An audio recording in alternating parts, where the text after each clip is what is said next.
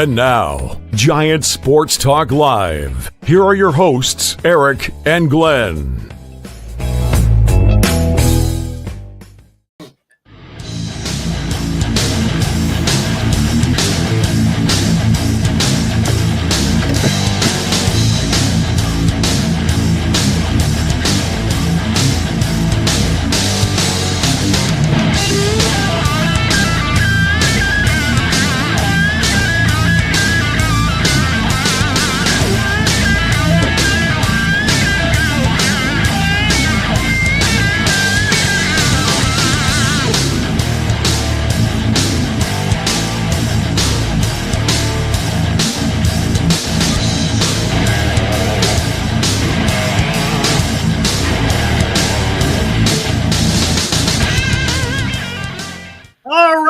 What is up, everyone? Have a good evening tonight. Giant Sports Talk Live here on this Thursday, January 9th. Got the day right finally.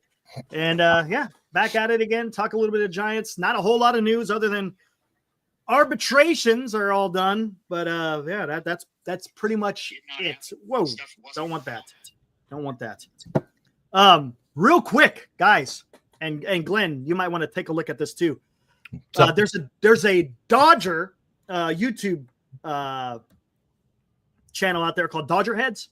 They are doing a fundraiser for their for the people being affected in the fire down there. So if you guys want to check them out, maybe I don't know how they're doing this, but I think if I'm not mistaken, all their super chats are going directly to victims for the fire. So that's good. Good on them. Good on them taking care of their people. What's the channel again? Pass that out. Dodger Heads. Dodger Heads. Dodger Heads. Check it out after our show, a bit later on. Yeah, absolutely. Yeah, check it out. Again, out there helping those who have been affected. It's devastating. What's up, Graham? Haven't seen the last couple of days. What's going on? I hope you're having a great. It's a day over there now, right? Our friend across the pond over there in the Orkney Islands. Man, up in God's country. What's up, Alex? I see you out there as well. Anyways, Glenn. Giants get their arbitration guys all signed. Don't have to worry about no hearings. Everybody agreed to whatever the funds were. I saw something out there. I think Lamont Wade got $5 million. I don't remember what everyone else got. I could care less. They got it done. And now maybe we could get into something else. What's up, Demon D? So what do you think? They're all rolling in, Eric. What you got, man? I see the guys are saying it's the best part of their day. It's best part of my day. I get to come on here, talk a little Giants baseball. Like you said, some things, some paperwork done today, and maybe that leads to some trades coming up real soon, Eric. Well, I hope. I hope. I hope. We'll see. Is this something that they've been waiting for? Waiting to get these arbitrations done? Here, hold on real quick. I'm going to see if MLB COTS is updated. I think it should be about the same. We'll see. Again, how much money that the Giants get have to play. I think it's the same, if I'm not mistaken. Thanks, Alex. It should be 199. Where is it? Ooh. Now we're sitting at 220. See? So we got $21 million. I'm saying we as in the San Francisco Giants. $21 million to mess with. Yeah. To not exceed the CBT. And you know what? Hold on. Did they even put? Oh, it is. Okay, Verlander is already accounted for. Okay. So there you go. $21 million. By the way, I had the show wrong. Sorry about that. It's called Dodger Blue. And their shows are called Dodger Heads. That's what it is. Dodger Blue. Dodger Blue. All right. Fundraiser. I'm going right now. Check them out after our show. Yeah, absolutely. Yeah. Help them out, man. Help them out. Anyways, we could talk about this. I mean, we got trades. I mean, there's I don't know. You're talking about the money here. So what happens? Riddle me this. If you say it's around 21 million, so what happens if you trade off basically money off the books? Does it go up? Yes. Oh, if you trade a player that's say a player had 10 million, well then 220 would drop down to 210. Nice. So that's what we got. That's the projected 40-man competitive ballot tent. That's the numbers that they look at as far as. Well, then who do you deal? Who do you like? Is it going to be a financial deal? Is it going to be what do you think they're going to look at? Honestly, you think they're going to free up some room there financially? I don't know. That's the $64,000 question, Glenn, because I don't know. I would think that they're going to do a trade because Steven says we can add more. 21 million could get us another player. That is true, but if usually you don't want to go right up against it for the simple fact, and again, if you want to stay below the CBT, you don't want to go right up against it because it's a trade deadline. If you trade for a player, whatever's remaining on that person's contract is going to reflect against the Giants' payroll. And if it exceeds the CBT, well, then guess what? You're back in penalty. So that is something you also have to take in consideration. Again, depending on what the organization wants to do. Do they want to go over to CBT? Yeah, exactly, Highlander. Yeah, there you go. See? Ooh, boo. Listen, it's Ralphie Introduvo or Wilmer Flores. Isn't Bryce? Well, I wouldn't go that. Isn't Bryce Eldridge just Steven Rice 2.0? No way. Come on, man. It's hard to tell. I think Bryce is the real deal. Come on, man. Although PK, I would love to get Vince. Vince is a busy man, PK. Come on. He's a busy man. I'm not going to. He has an open invite anytime he wants to come on. Absolutely.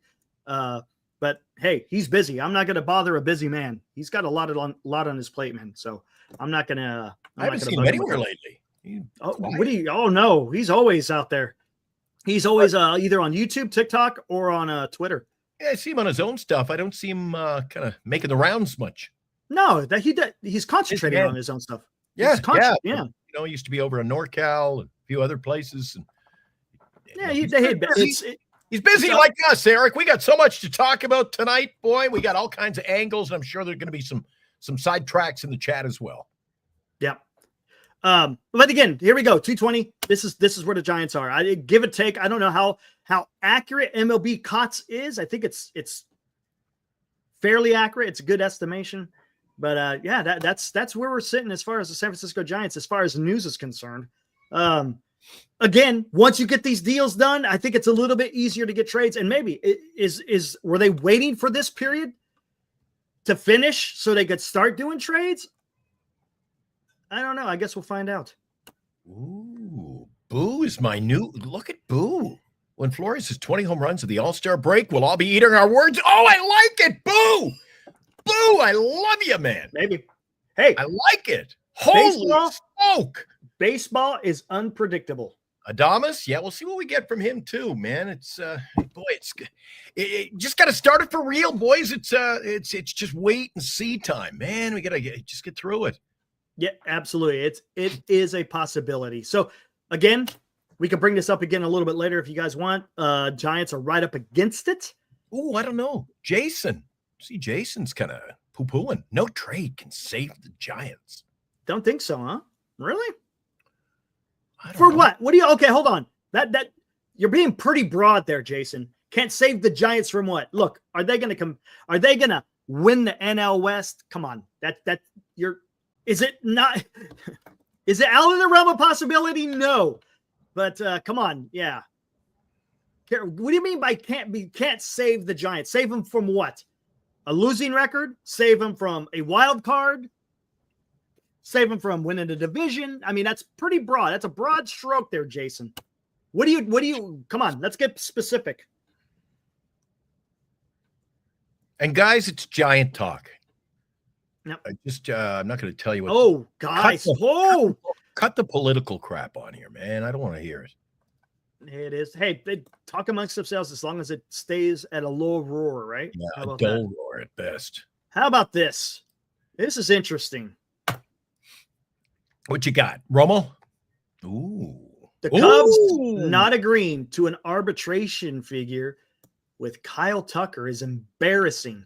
I did not know that until I saw this tweet. Thank you, Senior, for showing this tweet. The first thing you're doing with your new superstar is trying to explain why he should earn less. Oh my God. You know what that smells of? What does that smell of? That smells of to me, Eric. That you know what? Maybe I'm going the wrong angle here, but you know what it smells of? A little Vladimir Guerrero, man. They're not treating him good up in Toronto. And look, this guy's not even in camp yet. And look what they're doing to him. This is what you think. We got you, but this is what we think of you.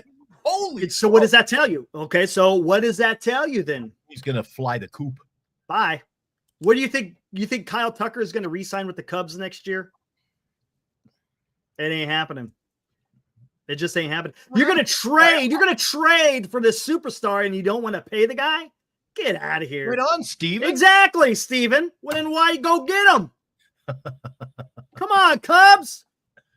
Oh, come on. You got a damn near a 5-tool player, right? Jeez, man. Come on. Maybe it's free agency, Eric. And boy, maybe pull your head out. Than we thought. Next year was going to be so kind of hush-hush. Maybe it's going to kind of ramp up. I know it's a long way away, but things are going to happen, man. Yeah, and this is the orientation. The key is going to be what do they trade? Can they trade? So somebody in the chat a few minutes ago got your dander up, said no trade is going to just fix our problems. So, Eric, if we're going to do the deal, maybe we've covered this before, maybe we have it in detail. So what's Eric Romo's angle? Are you going to go out and try to fix what I think is suspect pitching, or do you think we need the bat? What are we going to do? I don't know. What do you want? Well, here's the thing is one of the things that I want has nothing to do with the trade, and it has kind of nothing to do with free agency, and that's Roki Sasaki. That's a whole different monster. That would be the path that you should go as far as pitching. If you're going to trade, it should be a bat, but is that going to happen? I don't know. I like to think that it's going to, but I don't know. And again, and I'll say this again, you can't get everything solved in one offseason. You're asking too much. Asking much too much in Buster Posey trying to get everything done this year. It's too much. Yeah. Thanks, Steven. It's a slow uphill climb. Arthas, man, I like Bregman, man. To me, and again, this is just me, Arthas. I like what you're saying here. I like Bregman, man. The guy is a hard-nosed player. He goes out there when he's out there on the diamond, he's no nonsense, so to speak. Let's go there. He's no nonsense, wants to win, gives you a tough at-bat, plays good defense. And for the most part, he will be out there 161 games. He may only miss one game in the whole season. I would love to have Bregman, but here's the problem. You lose 2 draft picks, right? Again, you've already lost 2. Alex, come on. Bregman is a good player. Come on, right? Come on. I know. 2017, yada, yada. He's a good player. You can't change my mind on that. But you're going to lose 2 draft picks. And here's the problem is, does he want to play second base? Because look, third base is locked down for the next, 6 years. And how old is he? He's only 30, just turned 30. Even What's 30. up, Al? You know what, Eric? I just don't like going after 30-plus guys on a regular basis. Now we bring in a 42-year-old pitcher.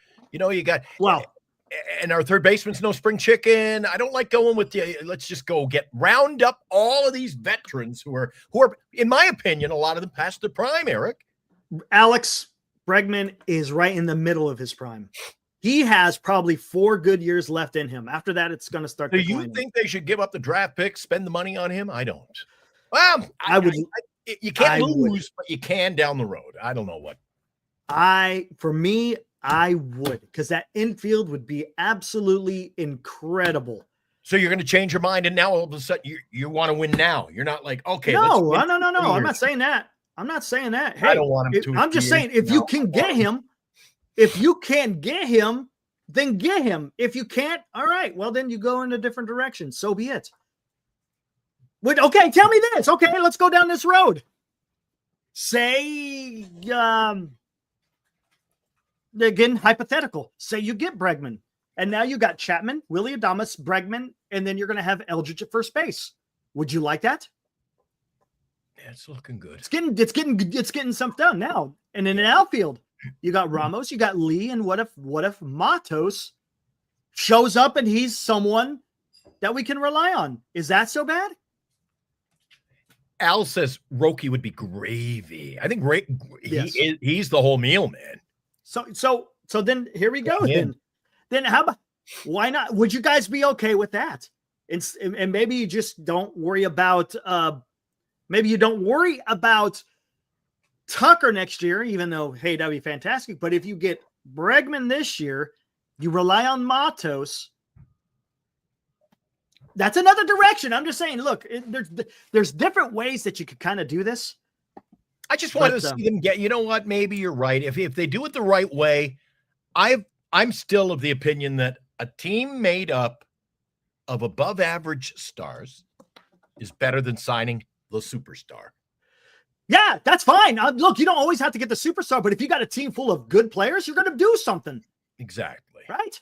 Don Michio. What's up, Don? Look, he goes, guys, look at how many, even the Giants, look at the 89 Giants, Eric. Look at how many teams that have gone to the World Series, and you look and compare them to the team we have now, and we lost with what I thought were great teams. Great teams don't always win, but we are nowhere near some of the teams we've had in the past that have failed. Not yet. Oh. Not yet. Not yet. And one of these nights, I wanted CLD has a batting lineup. One of these nights, we should kind of get everybody's opinion on what we got, because he's got Flores 9th, and I'm like, what are you doing, man? His bat, if he gets hot, you don't want him 9th, and he's got Huff 7th. I don't like it. I don't like it at all. And Wade batting second. Boy, if he's going to be batting second, Derek, you better put up a hell of a lot better numbers. Well, the problem, here's the deal with, no, hold on. Let's stop there, and then I'll get to Don's question, or statement, I should say. Wade, when he's on the field, he's pretty good, man. He's got a decent average. He has an on base. He works the count. I mean, the problem with Wade is he can't stay on the field. It's the injury bug that gets him. Other than that, he's fine, man. His numbers are decent. Are they power numbers? No, the power numbers aren't there. And that could be because maybe he doesn't have a lower half because of the injuries. Mm-hmm. But again, is Wade an absolute train wreck? No, he's not a train wreck. But guess what? He's only here for one more year and then he's gone. Do you still agree with me? First base is, to me, clearly an upgrade position, man. It's going to be. The Giants don't have to address now. I think they should do it now. You know, there's still a lot of free agents out there, Eric. We're not even hearing much chatter about. I don't hear anything about Pete Alonso, man. Do you? Pete Alonso, huh? Pete Alonso. Oh, I opened my trap. What we got? Yeah, you didn't even know. You had no idea, guys. Yeah, you had no idea. Real quick, Don says Posey went after Tucker, got Verlander, and Dusty loves Bregman. What's not to like about Bregman? Get him and have the best infield in baseball. That's what I'm trying to say. And all three of those positions from third to second, they all got a pretty decent bat. Look, Chapman, he gives you your thump. His average isn't there, but he has some thump. Willie Adames comes in through the clutch, also has a little bit of thump. Bregman is a professional hitter, also has some pop. What is not to like? And all of them play decent defense. Of course, I should say more indecent. Chapman's a Gold Glover. Bregman is right up there. Willie Adames is pretty good. 8 teams involved in Alonso market. Wow. Yeah, let's take a look at this. For something that's been pretty quiet. That's kind of. I don't like it when it does it. Here we go. Approximately 8 teams are involved in the market of Pete Alonso, writes John Heyman. Most of those clubs are interested in a shorter term deal, opt-out laden. Aligns with recent reporting from Jeff Passan that suggests Alonso is likely to turn to a short-term contract. Okay. Heyman frames things similarly, reporting that the Mets prefer a short-term deal. According to Heyman, Alonso had been seeking a deal of at least 6 years with a guaranteed of 150 to 180. It's unclear how far his camp at the Boris Corporation has moved off that ask. In any case, it doesn't seem that any teams are willing to go to those heights. That's especially surprising considering many teams have devalued defensively limited sluggers over the past decade. Freeman and Olsen each got 6+ years, top 160. Okay. Albeit, look at that, deferrals in Freeman's case. Alonso, there's his numbers, 240, 321, 459, 34 homers across the trip. Okay. Paired with his defensive limitations as a middling defender at first base, it's easy to understand teams' hesitance to make a long-term commitment. Okay. MLB Trade Rumors predicted a 5-year, $125 contract for Alonso, who rejected a qualifying offer from the Mets. Okay. Also, Alonso declined a 7-year, $158 extension offer when he wasn't being represented by Scott Boras. Okay, blah, blah, blah. Here we go. Let's get to teams like the Angels, Giants, Blue Jays, and Red Sox have been loosely tied to Alonso in weeks. Los Angeles, Toronto, and Boston all have in-house options at first base who could clutter that picture. Yeah. San Francisco seemingly wanted to upgrade over Lamont Wade Jr. But Heyman reports they are reluctant to meet Alonso's asking price. Good. There you go. Who was it here? Somebody in the chat somebody said they'd rather Alonso. Alonso was a better bet than Vladdy. Ooh, I don't know about that. Alonso's better than Vlad? No, I want to go there. No, I don't go there. Don't like that. So, what do you guys think? You guys happy that the Giants are reluctant to go to the Alonso's asking price? It's Heckmo. For the money? No, Heckmo, really? I don't know, man. I don't know. He's younger, and just look at his numbers. I don't get it. Hey, would you give him a 6-year deal? Is that if he's looking for it? Would you do 6 years? What's up, Taylor? Oh, Vladdy could easily get traded to the Mets. That's the sad part. Oh yeah, senior, 100%. That could ease the Mets they got the freaking prospects to get it done. They do. They have the prospects. And that's the part that sucks. It's one thing that they have, they have unlimited freaking financial ability. It's even worse when they got a pretty decent farm system that they can trade away if they want. Truth hurts. No way I would sign Alonso. They don't need another Chapman. Wouldn't go past 4 with Alonso. Wouldn't mind signing him for 6 years. If he takes a lower AAV. There you go. I don't know about Hiroku. Like, he's talking about Alonso, a better hitter than Matt Chapman. Well, we're not even talking about the same position. I don't know. Apples and oranges. When you talk about you bring him in and because he's a better hitter than Matt Chapman, and so they both got to play then. Mm-hmm. And we're kind of with Flores and with Lamont, like then you got to move off somebody at first base, Eric. Yeah. Like I'm always questioning people when they say, let's sign this guy. I go, well, we're already kind of top heavy. It's like every time I turn around to the San Francisco Giants are signing a catcher, Eric. And I go, my God, how many catchers does the team need? Shortage of bullpen catchers? Come on. Yeah. Like,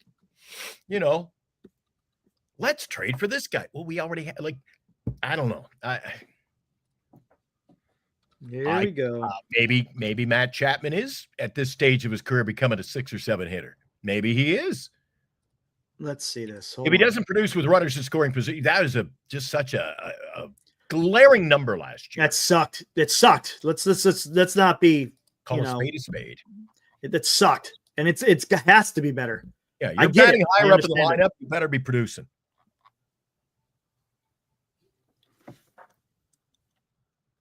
Yeah, Jim, things are going good, buddy.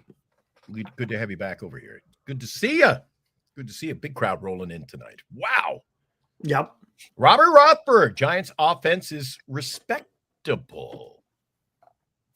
What's that mean, Robert? It's respectable. Is respectable? What's up, Jim? What's respectable, man? Maybe respectable is a I mean, I don't know, man. You look, is Pete Alonso going to, here's the thing. This is where is Pete Alonso, he's a star, right? I wouldn't say a superstar, but he's a star, right? Pete Alonso. He's got that bat. He hits the long ball. I understand it. And he's going to put butts. He will put butts in seats. There's no doubt about it. But is he? Vita doesn't agree. I don't know. Average? I'm leaning more toward average. Look, I would average to above average. Not a lot. And I don't mean by above average by a lot. You know what I'm saying? Because look, Chapman is okay. Willie Adames is good. Elliot Ramos, I will say good. Jung-Hoo Lee, more to be determined. Mm-hmm. Matos, to be determined. Fitzgerald, to be determined. Yeah, I guess. Yeah. A lot of this goes back to last night's show. I know, man. A lot of hopes. A lot of hopes and wishes. I know. Maybe. It can go real good or real bad. Who knows? Could. No, I mean, look, honestly, that could go. That you could say that with any team, but it's more so with the Giants because we follow the Giants, so it's easier to say that. We've seen over the last 6 years with the Giants, or I should say the last 3 years to be more specific. Parker, Bailey is decent good. Are you talking decent good behind the plate, decent good hitting, or decent good all around? I want to see. He didn't have. I want to see Bailey turn to corner man, specifically with the bat. He needs to clean up with behind a plate, but I want to see him turn to corner with the bat. He needs to. The Giants, they do. Good teams have good catchers, Eric, who can hit. Look, that's tough though. It really is. Honestly, it's not easy. How many out there? How many catchers out there are good at both? It's tough. Good. I'm talking about good at both. Tell me. I mean, who is that? Tell me a catcher that's good at both out there right now. Yeah, but if you can land a catcher who can do both, man, you're putting yourself in a prime position. Yeah, I mean, you're talking. So good, the real good teams always seem to have a catcher who. And hey, the majority of ball clubs in Major League Baseball, Eric, have a Bailey. He's a good catcher, not a great hitter. That's the majority of teams. When you can land one, look at Posey. I mean, a generational player. When one of those come around and he's a threat in the lineup at the plate, makes your team entirely different. Whole different turn of events. I'm seeing a lot of people say Cal Raleigh. Yeah, big jumper. But the problem is his average is absolutely atrocious. Didn't he barely hit 200? Sure, he's got pop. Tired of that. I'm tired of that, guys. I'm sorry. I'm tired of that. It's just me. Someone said Will Smith. Will Smith had a pretty bad year last year. Wasn't all that great last year. Again, is that indicative? Is that indicative? Do you like Bailey more than Smith? Behind the plate, I do. Not with the bat, though. I'd rather have Will. I said that before. I'd rather have Will Smith than Bailey. Really? Oh, yeah. I think. What about your staff? Don't you want your staff to have trust in the guys that put their own game? And he hits more respectably. I'd rather. Well, last year, not so much. If the game's on the line, I'd rather have Smith at the plate than Bailey. It's fair. That's fair. All right. Yeah. Raleigh hit dude, exactly. I'm just if Bailey can improve his catching game and his bat gets a little bit better, I'm fine. I just want him to catch the staff, man. You know what, LD? Oh, LD? That is a chapter of Giants baseball that is going to be talked about in the annals of history for years to come. How Patrick Bailey didn't get his due, man.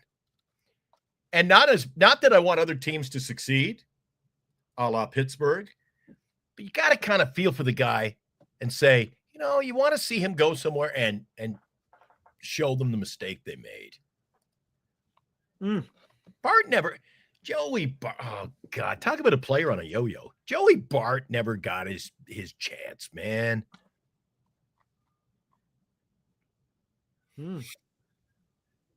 I don't think he got a chance. In the lineup, doesn't perform right away. He's out. Like, again, this goes back to Farhan baseball, right? You're 0 for 12. You're no good. I'm going to send you to AA. God, come on, man. Yeah. Like Paul said the other night, just because if a guy's got a good swing, the guy can put the ball in play, it makes it, you don't always look at what they're doing bat per bat, Eric. Or over a course of, well, he's 0 for 12. Well, what does that mean? We got to trade him? We got to cut him? Jesus. Yeah. The Giants always seem to act in the last few years like they were like sitting on a candle, Eric. Trying not to get burned and just looking for an edge any way they could get one. I think you just got to get good players, let them play. Good players, let them play. Get a lineup together. And if you're gonna go with Bailey, man, then that's it. You're going with Bailey. You're living and dying with him at the plate, man. Let's see. You bring in 7 catchers. My God, what are we gonna do? See, platooning there? You just go with a player. I'm sick and tired of the platooning and the guy's not hot. Gotta switch him out. Just let them play through it. Now, if a guy goes on a 45-game skid, Eric, I think it's time to look at the math. But don't live in panic mode all the time. Maybe in the off season, like Eric and I. But well, you're not panicking just yet, Eric, are you? Not yet. Let's see what Roki's freaking decision is, and then maybe we'll. Dude, it's coming up soon. It's Thursday, January 9th, man. I know, man. We're getting so much closer to that. Well, we're so much closer. The date. Let's see. What's he got? 2 weeks to sign? The end of the month? You gotta think people are saying, I see in some chats and in news reports, it could take a couple of weeks. You think he's got to know where he's going now, Eric? Maybe not. We don't know, man. You gotta Sable. And here's the thing. There has been absolutely no news on Roki Sasaki. Supposedly, maybe, remember what Joel Wolf said? We don't know if he wants to go visit certain teams. We don't know if there's going to be second meetings. Or if they're going to meet other teams. I don't know. I don't know what's going on with him. The quieter, the better. Good thing it is for the Giants.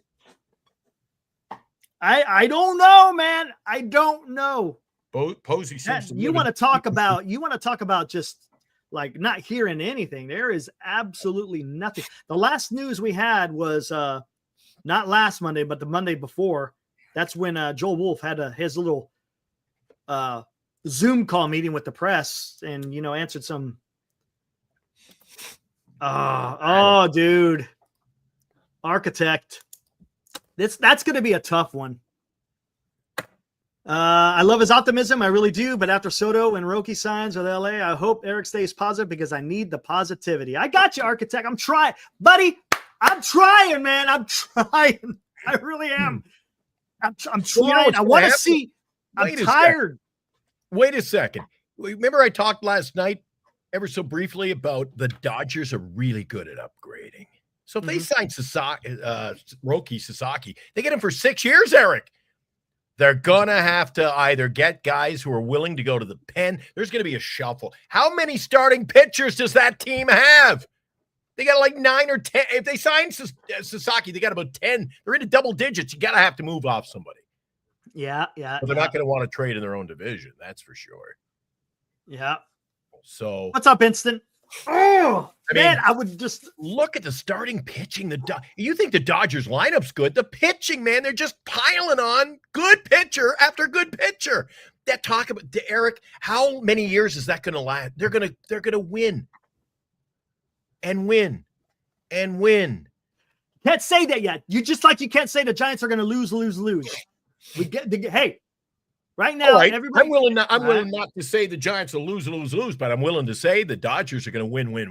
They're going to win. There's no doubt about it. They're going to win. Dan was on his show. He said, this is a team could win 125 games. He's inching. Bernice is like, holy crap, people are inching up toward that 130 mark. So I'm going to put a big calendar on the wall here, Eric, and every night during the season, we're going to take a look at it. We're going to see how deep into the season it is before the Giants lose their, what would it be? 35, 30, 40, 50, 60, 31 games. How late into the season do you think before they lose 31 games? I think it's going to go a while, man. They're not going to go 130, though. Come on. They're not going 130. I know what you're trying to say, but yeah, they'll probably win 100 games. I would not be, unless something drastically happens, they probably will win 100 games. All right, Don Michio comes in again. Look, there's a few people out there, Glenn. We got a few people out there. We got some believers. You know who else is starting to believe? There's someone else out there starting to believe. Our good friend Greg from Skaters on Baseball. Sasaki lands on a 4-year deal. It's got to be for 6, right? It's 6. It's not a 4-year deal. It's going to be 6, Don. It's really no deal. You get him for 6 years, and that's you get him. If he agrees, if Roki signs, it's 6 years. It's no money. The money is negligible. It's all about where he wants to play baseball for the next 6 years. Right on, Steven. And he's cheap. Yeah, I know. I mean, great pitcher, cheap pitcher. Holy cow, what more do you want? There it is. Not under the nutshell, right there. And yeah. What's up, Cole? Eric, if I'm any team in baseball, that is your off-season guy. That's that. Would you say that is quote unquote? Remember what was Farhan's quote last year? His white whale was supposed to be Yamamoto. Well, maybe this year the white whale is going to be for Posey is Roki. It is. Every team should be in there saying, you know, let's talk about after. Like they should be doing anything. Give them anything. This goes back to what you were talking about Soto, Eric. What do you want? What do you want from us? Yeah. You want your person? You want your personal entourage? Would you bring him? You want your own personal pitching coach? Bring him. We don't care. Whatever you want, we'll roll out the red carpet for you. Yeah. Thanks, Jim. Because if you're getting them on the cheap, Eric, a little extra cash to, like sweeten other deals, you can do that. Not illegal about that. Hey, you want your own pitching coach? Bring him over. We'll pay him. I mean, Eric, you got to get this guy. You can only do so much. Jim, maybe this weekend I'll throw one out there. Graham, tell me what you got, man. He says, I have news you won't like on Sasaki. Let me guess. I can only guess. And I doubt I heard it. Where'd you hear it from, Highlander?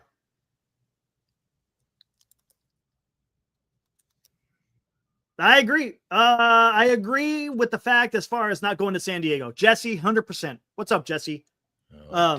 Dude, I wouldn't. Welcome to the fraternity. He's not with too much weird shit going on with San Diego. Yeah, I could see him saying, nah, no thanks. But Dodgers, don't get me wrong. Dodgers are right there, man. Dodgers are right there. Yeah, when he goes to San Diego, Eric, with that lineup, the way it is right now, they're in a win now position for him. Interesting. This guy, he's a Dodger, or he's a big Yankee fan. Graham. All right, Graham, but hasn't all I've heard in every single conversation about America is he's going to the West Coast. He wants to go to the West Coast. It's West Coast or bust. It's West Coast. And then people are like, well, Chicago Cubs. I'm like, when the hell did Chicago end up on the West Pacific Coast, Eric? And the Yankees are as far from the Pacific Coast as you can get. So who do you believe? You never know, man. Hey, Mashiniro Tanaka went to the Yankees. I'd rather, if he goes to the Yankees, so be I'm it. fine. He's in the American League. I'm fine. Hey, I'd rather him go there. I'd rather him go to the Yankees than the damn Dodgers. Losing Soto, I don't think Eric, look at the Yankees lineup. I don't think it's as deep and like dangerous as everybody thinks. Mets are going to take over that market, man. No way. They'll never take over the market. You know, Yankees may have their down years, but they're not taking over the Yankees. You're talking about in winning? No. The Bombers? No way. You think the Yankees win more games than the Mets this year? Wow. Tell who's pitching for the Mets? Come on. I still think That's what I'm saying, man. Their starting rotation is pretty dookie. It's pretty dookie. So maybe he goes to the Mets then. If the West Coast is off the table. Could be. It could be, man. But again, you know what? We're wasting our breath there. We're wasting our breath. But it's not about the money. Not with this one. No one knows. Exactly. We're just throwing it out there. You know, did you watch the show Dan did a while back? And again, I got to give him credit for some of the takes he's had and some of his impromptu shows. He came on one morning and it popped up on my phone. So I said, I'll give it a little view. You know what he said? He made a valid point, Eric. And just to paraphrase, he said, if Eric wants to go play ball somewhere, or you want to work in any line of work, and you're going to go and you speak a different language, you can't speak English, you're going to want to go somewhere where you can make the same money and be just lonely, sad, 6 years of, who are my friends here? That's what the Padres offer. That's what the Dodgers offer. What do the Giants offer in that aspect? Hold on. You garbage. You can hang out with you. Hold on. What do the Giants offer? That's a valid point. That's a valid point. That's why I'm saying you want an entourage, you want friends? To bring your friends over. We'll make sure they're looked at. Hold on. You're going to make me do this. Listen up. Where the hell is it? Let's take a listen. Take a listen. Again, we're just going by what Roki Sasaki's agent is saying. Mark, he can't speak English. And you're going to a foreign land where you know no one. Hey, did Tanaka? He went to the Yankees. How many people were on the Yankees that were Japanese at that time? Matsui, when he signed with the Yankees, how many Japanese players were on the Yankees at that time? Kodai Senga signed with the Mets. How many Japanese players were on the Mets? The Cubs signed Seiya Suzuki. How many Japanese players were on the Cubs? Right? I'm just saying. Just saying that I don't think that's everything. Let's take a look. I understand, Mark. I understand. He says there's Japanese people here. There's Japanese people, of course. But he's not hanging out with the fan base after the game, Eric. Hold on. Let's talk about this, guys. Let's see. You brought up a good point. Here we go. No, absolutely, 100%. I'm not saying that it's not a good point. There could be some validity to that. There's no doubt about it. Again, we're not in those discussions. But let's talk about what Joel Wolf said. So Joel Wolf of Wasserman said Sasaki met with teams in person earlier this month and is in the process of deciding whether to hold meetings or begin a second round, which could include narrowing the field and could include visits to the ballpark. It's now January 9th, and we have heard nothing about second rounds, narrowing the field, or visiting ballparks. Not yet, at least. Sasaki had 2/3 of the MLB organization show interest, okay? Blah, blah, blah. On a Zoom call with reporters, Wolf called it a very unique process for a very unique player. Okay, let's get into this. Roki, these are quotes. This is what Joel Wolf said. Roki is by no means a finished product. He knows it, and the team knows it. Or I should say teams. He's incredibly talented. We all know that. But he is a guy that wants to be great. He's not coming here just to be rich or get a huge contract. He wants to be great. He wants to be the greatest ever. I see that now, and he has articulated it. Okay, so there's what does be great mean? Does What's that mean mean? sign with the LA Dodgers and in 10 years say I came here, or 6 years say I came here for 6 years on the cheap and I won 4 World Series? Does that make a player great? To be that, he knows he has to challenge himself. Let's start with there. Okay, let's start with there. He wants to be the greatest ever. What's that team? Again, it's not really team oriented. To me, it sounds individualistic. He wants to go out there and he wants to dominate as a starting pitcher. That's what you do, right? That's what you do. Tom Seaver, did he ever win a World Series ring? I think he won one, right? But he had some amazing. The miracle. Phone's dead. Take a look. Well, we'll get See to how many he won. One. He's got one World Series. Arguably arguably one of the best pitchers ever to play the game. This interview, yeah, One you're World gonna Series. you're gonna get to the books again. I'd like to know which team sent books. We're getting there. Again, guys, this is what I'm trying to tell you. Listen to me here. Can't make this up. You got Tom Seaver, one of the greatest pitchers ever. He's great. He is known as one of the greatest ever. Okay? Just saying. Does it say, I want to be on a team that wins a World Series? No. I mean, does he want a World Series? Of course. But is that what he's saying here? Well, but it's also it's a different era of baseball, Eric. But Tom Seaver no. Tom Seaver may have won one, but look at players today, Eric. We didn't live in an era back then when players were like, I've got a no trade clause except to this team, and this team where I know I'll win. That's not how it is. We're talking specifically about what he is saying. This has nothing to do with era. This has to do with this Roki Sasaki, and that's it. We're not comparing him or nothing. Right. This is what he is saying. Okay, keep going. I still say, Eric, he's still going to the Dodgers, but keep going. He might be. He can go to the Dodgers. Come on. Okay, here we go. Let's get some more. So, boom. There's presentations. Okay, let's get back to more of the. Let's get more to the quotes here. Gave the homework assignment. Okay, there we go. A pitcher shows up in LA, he's going to win 15 games, Eric. Where is it? Where did I want? Oh, no. Where is it? Where did I want to go here? There's something I want to go. So wants to challenge himself. Where was this at? There was something else I wanted to. Oh, let's see. We're both inviting PowerPoint presentations, blah, blah, blah. From there, in-person meetings were scheduled. Sasaki wanted a fair and level playing field. So every meeting thus far has been held at Wasserman's office in Los Angeles, and every team was given the same 2-hour time limit for its presentation. Sasaki asked that current MLB players not be involved in the meetings. He also gave every team that was granted an in-person meeting a homework assignment meant to show how they can analyze and communicate information. It's a little bit interesting. You don't hear that a lot from free agents, do you? Talking about how are you going to analyze and communicate information, right? Okay. Here we go. Los Angeles Dodgers have long been considered the favorite to land Sasaki, but Wolf has twice met with reporters to try and make it clear that his client is open-minded. He said Monday that Sasaki does not seem swayed one way or another by whether a team already has Japanese stars.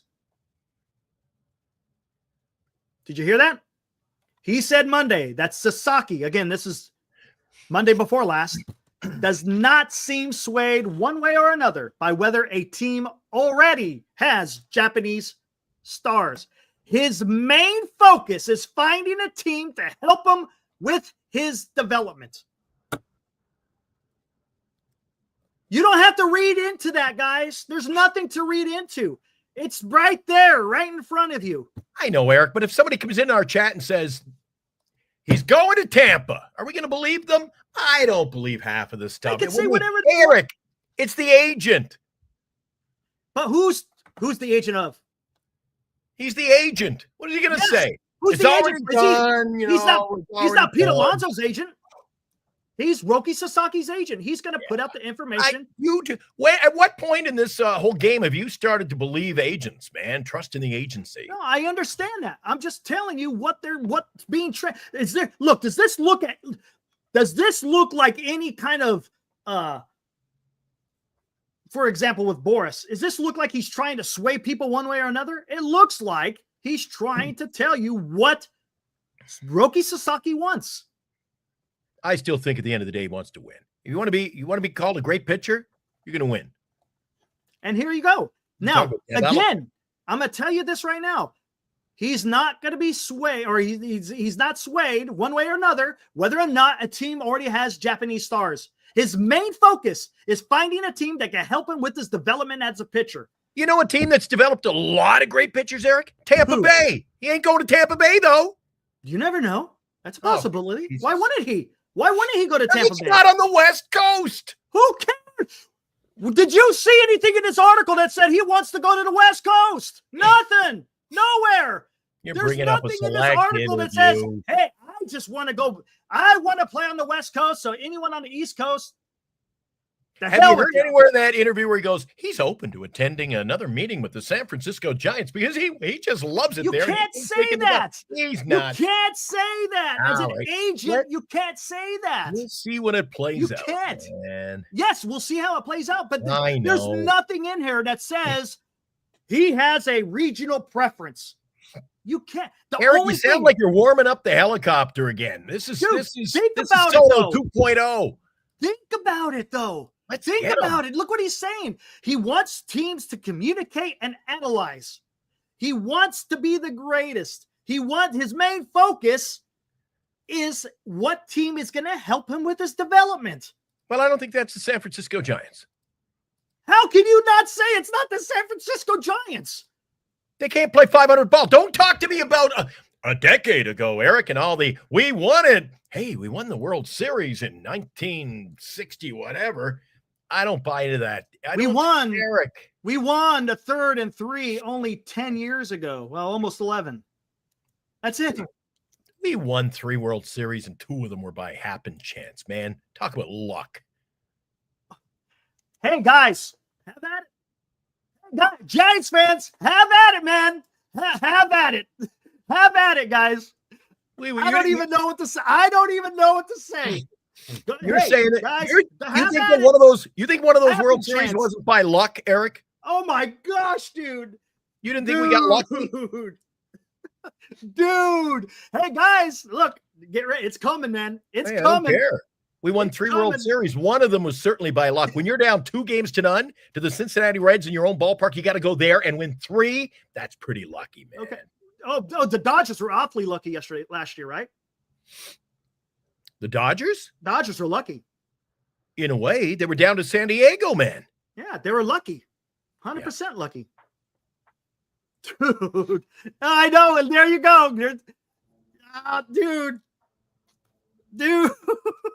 I'm just trying to talk about Sasaki, and you went to the Giants won 3 and 5, but 2 of them, yeah.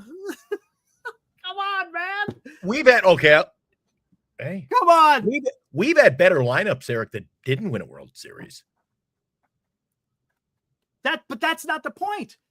The Yankees had a bunch of teams that should have freaking won, and they won, but they lost a few. Come on. Yeah, instant. I'm tired of nostalgia, man. That's not nostalgia. Yeah.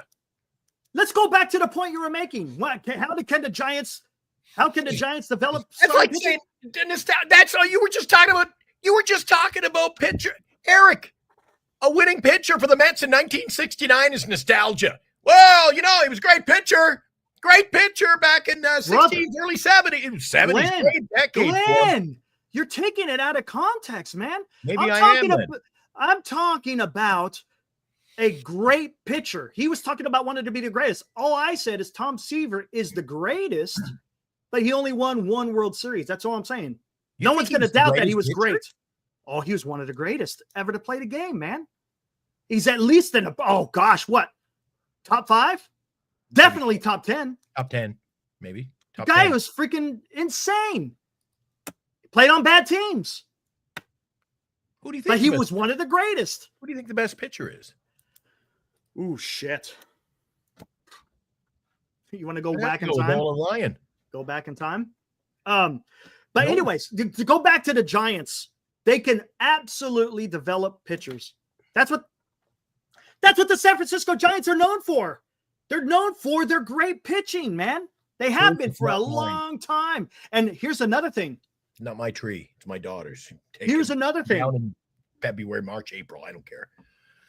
Glenn, when's the last time you saw a Giant starting pitcher go down with a serious injury? Starting pitcher. Yeah, you're not going to come up with one. How serious is serious? Tommy John, a shoulder, something with the arm. Giants have been, they know what they're doing. So what about Snell? He wasn't developed by the Giants. Talking about who is developed. It's going to be different. You're talking a different development, though, Eric. Roki Sasaki is not going to be playing AAA or AA ball. No. But you still could develop. It's a different development. It's bringing him along at your Dravecky level, not development. Dravecky wasn't developed by the Giants. They got him by the trade from the San Diego Padres. Just saying, and that was totally different because he had cancer and he had some issues. I want to get you on the show, Daniel. You can tell us all about. I want to hear from Daniel. He said Walter Johnson, the big train, Daniel, the big train. Tell us about your nights watching him play. I want to hear what he brought to that. There you go. Think about this, guys. Come on.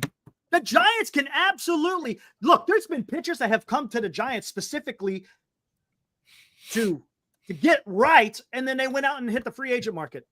All right, what are the Giants going to offer him that nobody else can, Eric? Development. Make him the best pitcher he can. Make him the best pitcher he can. Don't overblow Giants development, man. It's not, especially when you got a Hall of Fame catcher who's running an organization.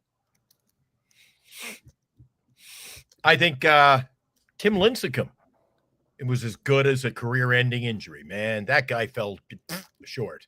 You know what that was? It wasn't because of the Giant. I would say that's not the Giant. It's the way his mechanics, his hips went out. So if his mechanics were bad and going to cost him a career, it should have been changed, shouldn't it? Yeah. I'm just saying, the Giants have a history of developing pitchers, and to say they don't is foolhardy. Have the Dodgers? Sure they have. I get it. I understand. But let's look what the Giants have done in just the recent past. You got Logan Webb, good pitcher. Madison Bumgarner, the best pitcher probably in the playoffs in history. Timmy Lincecum, pretty damn good. Matt Cain, not too bad, right? Jason Schmidt, wasn't he developed, or did they pay? Or I think the Giants developed Jason Schmidt, right? He had an okay year until he went to Dodger Blue. I mean, the Giants have done a pretty damn good job in developing pitchers. And if you want to go even further back, I mean, you got Gaylord Perry, you got Juan Marichal. Mike Krukow, not necessarily, but again, I think Mike Krukow credits Roger Craig with his splitter, right? If I'm not mistaken.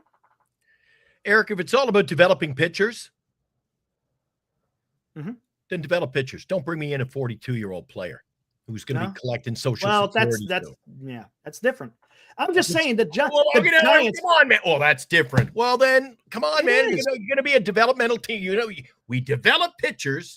Don't develop a 42-year-old guy. And we're not going to get back on the whole, he's in here, he's going to be a influence and all that crap. Then hire a better pitching coach is what I said. Well, they did. They got a better pitching coach. JP Martinez. Be him. Who's here today? I mean, he can take the young guys under his wing. Well, he's taking up a 40-man roster spot, Eric. Then get me a better pitching coach. Sign him. Verlander. You want to be our pitching coach? There you go. Well, look, again, how the hell did you take it down this road? We were just talking about where he was going to sign, Eric. Do you guys want to talk about I really don't want to talk about Verlander again. Not again. I kind of made my point. I kind of made my point on that. What's Val? Bogey. Now we went from Roki and Verlander to my favorite guy can't run. Wilmer can't run. That's why I said you got to move on from Wilmer. You got to move on from. Do people just come in randomly firing bullets, Eric, or do they actually watch the show? I said you got to get rid of Wilmer. You got to move on at first base from Lamont. That's my opinion. There's a few places we could upgrade. Oh, quite a few on this team. So don't come in and say, well, Wilmer can't run. What are you saying? What has Wilmer got to do with pitching, Eric? What does developing pitchers and Wilmer Flores' sexy legs got to do with each other, Eric? My God. Oh, Angry Glenn's freaking coming, baby. Holy cow. I don't know what that one just took.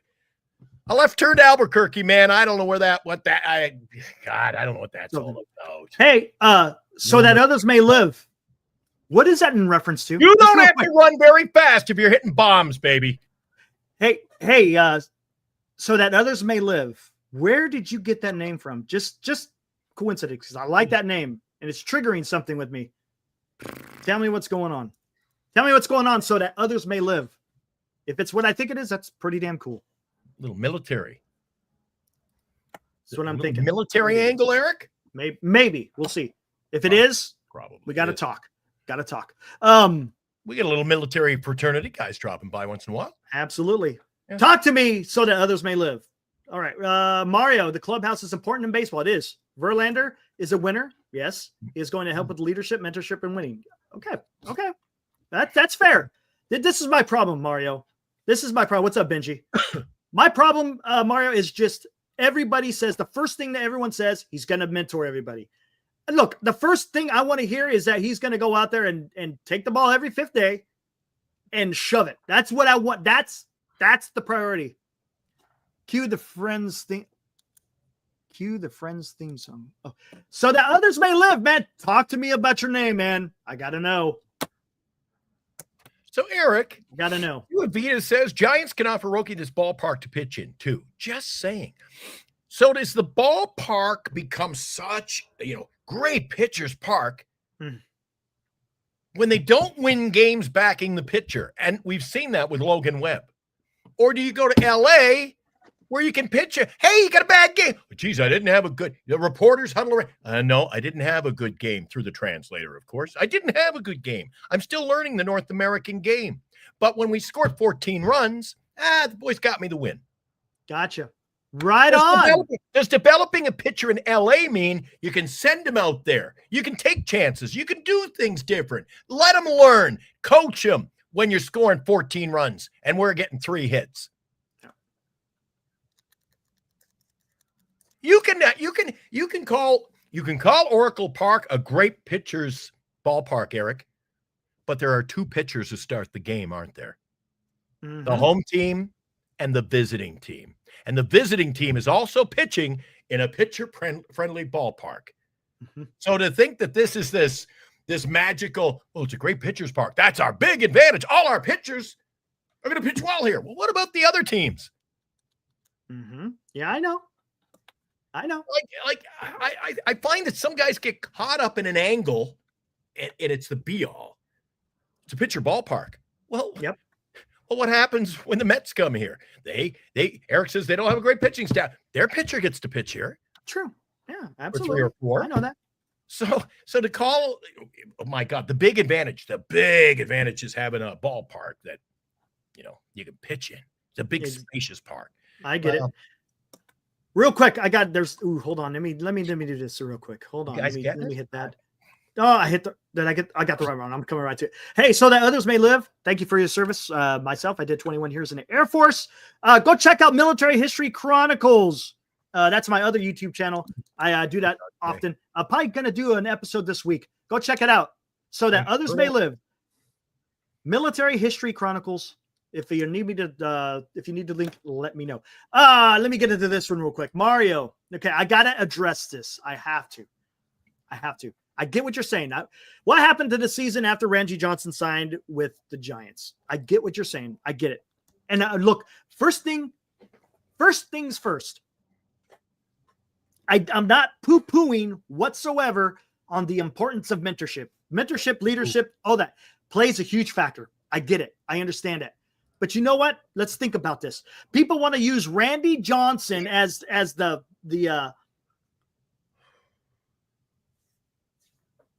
what do you want to use? I guess we'll just say used as the example. Okay. But you know what? Who played a more influential part in Tim Lincecum? Was it Randy Johnson or was it Benji Molina? Answer that question. Who was more influential in Tim Lincecum? Randy Johnson or Benji Molina? Roberto. Hey, Timmy's dad. Yeah. I'm talking about on the team. On the team. Who was more influential in Timmy Lincecum's Molina upstart?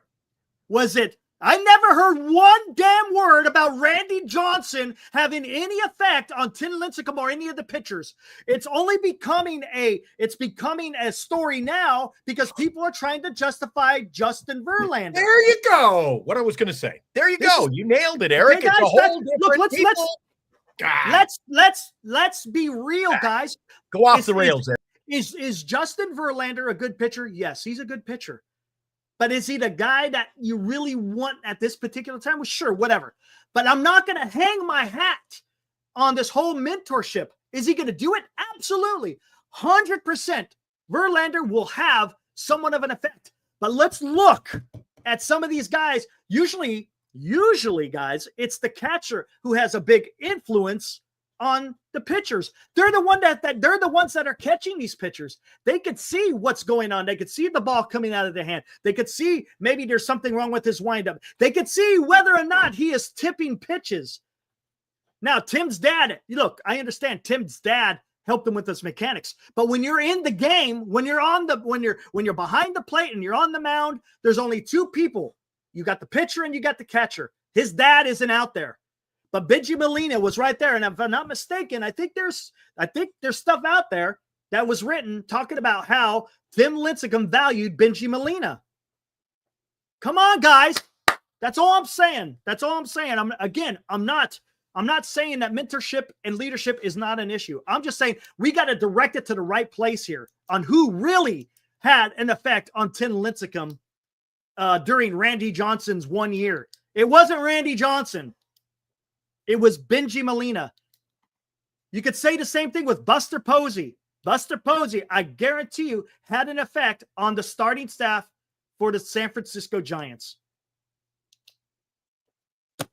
Buster Posey is the guy. You're the one that you want him leading this organization.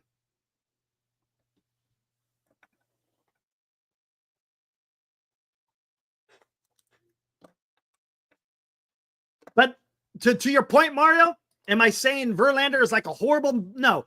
The only part that gets me, and it's the only thing that gets me, is I just don't want to hear, he's going to be a good mentor. Look, I get it. I understand it. Are you telling me that Robbie Ray couldn't mentor Birdsong and how better yet? Are you telling me Robbie Ray can't mentor Wisenhunt and Harrison? He's a lefty, and he's a lefty who won a Cy Young. Could he not mentor those guys? Couldn't Logan Webb not mentor Birdsong and the other right-handed pitchers?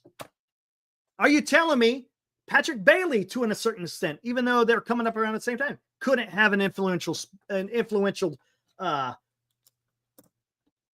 input in their mentorship and leadership? JP Martinez, the pitching coach. Madison Bumgarner, who I'm sure is going to be with the organization in some kind of capacity. Are you telling me that they're not going to be able to mentor? Look, mentorship, guys, I'm going to tell you something right now. Mentorship doesn't mean you have to be there every single day. All you got to do is be there with them when they need someone to listen to or they need some advice. It doesn't, just because you're in the dugout every single day, look, does it hold more weight? I get it. But you got Madison Bumgarner coming and talking to you and say, hey, buddy, this is what I think. That's going to go a long ways, guys. You got Ryan Vogelsong out there who's a roaming guy. He knows what it's all about, right? Vogelsong, you want to talk about a guy who's been down and out and then become a World Series champion? How about that guy as your mentor? Think about that. You got somebody. Look, Verlander has had nothing but success. Right? He's had injury. I get it. But when you have a guy like Vogelsong who can speak, I guarantee you Vogelsong is probably going to be part of the organization. You don't have to be on the team to be influential. That's what I'm trying to say. That's all I'm trying to say. If you got Vogelsong talking to you, the guy had to go to the freaking did he go to Korean or Japanese league? One of the two. I think it was Japanese. To basically salvage his career. Comes back. He comes back, plays a huge part in the organization. I'm telling you, man, there's other ways you could get mentorship. That's all I'm saying. Hey, Vita. It's funny. I get it. Mario, no, 100%. Yes, okay. I get it. Is it safe? 100%. Okay. Yeah, go for it. Vita, it's funny he asks. He goes, is the phone line open? Guess what came in the mail yesterday? I showed you this off area there. Yep. we got our audio cables. We can take phone calls. It's just not set up yet, but it will be in the coming days. Nice. Some guys want to come on the phone. That'll be a different angle, but you can also, anybody who wants to come on later, if you want to jump on quickly, we'll put out the link if you want. Oh, Greg, I'm not. I don't want to come across that I'm anti. It's not what I'm saying. That's not what I'm saying. Is Verlander going to do something? Sure. Verlander's going to do something. And Eric and I are the only point I'm making is everybody's overplaying the mentorship. That's all I'm saying. That's all I'm saying. That's it. That's all I'm trying to say. I think it's just a little bit too much. When that's the first thing everyone talks about. I want the first thing to be talked about. Look, when Roki Sasaki comes here, am I going to worry about mentorship? I want him to go out there and throw the ball and win some damn games. Thank you, Abraham. We'll see what we'll compare the numbers this year. See if Glennie was right. Oh, yeah, there you go. That would be interesting. We'll compare those numbers midway through the season. I just want him to go out there and give the Giants the best chance to win. Period. Well, sir, now we got a debate. Abraham was anti-Sagano. I would have taken him, he says. And I would have, too. Skaters, our old pal, says Verlander over Sagano in a heartbeat. Why? Is he going to come in here and have a below 3 ERA and, hold us in games late? And, dude, how many innings are we expecting from Verlander, Eric? Is he a four inning pitcher now? I don't know. What do you think? I don't know. He's a short leverage pitcher, man. Here, we could look over his last couple of years. His last 3 years isn't exactly. It don't matter. Guys seem to just be on their own train of thought, and you can bring up the numbers, Eric, and they'll go, "Oh, but there's an excuse." Those numbers, his numbers won't lie to you.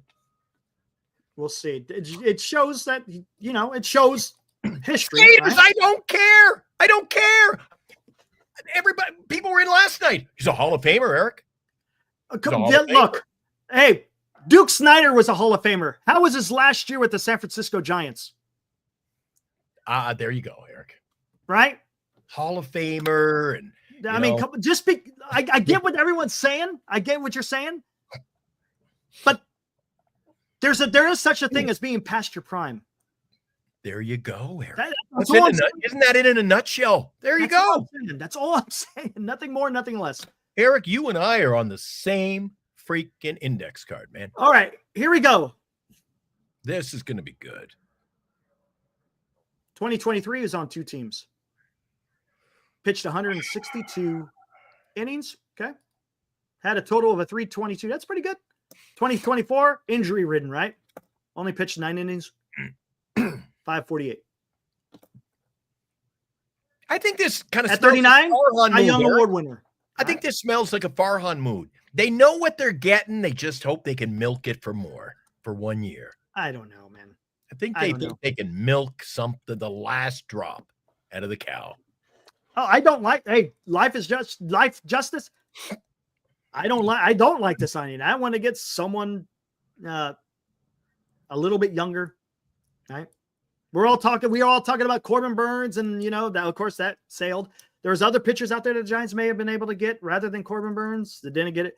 And then you settled. And look, Buster Posey came out and said, we're not looking to get signed another.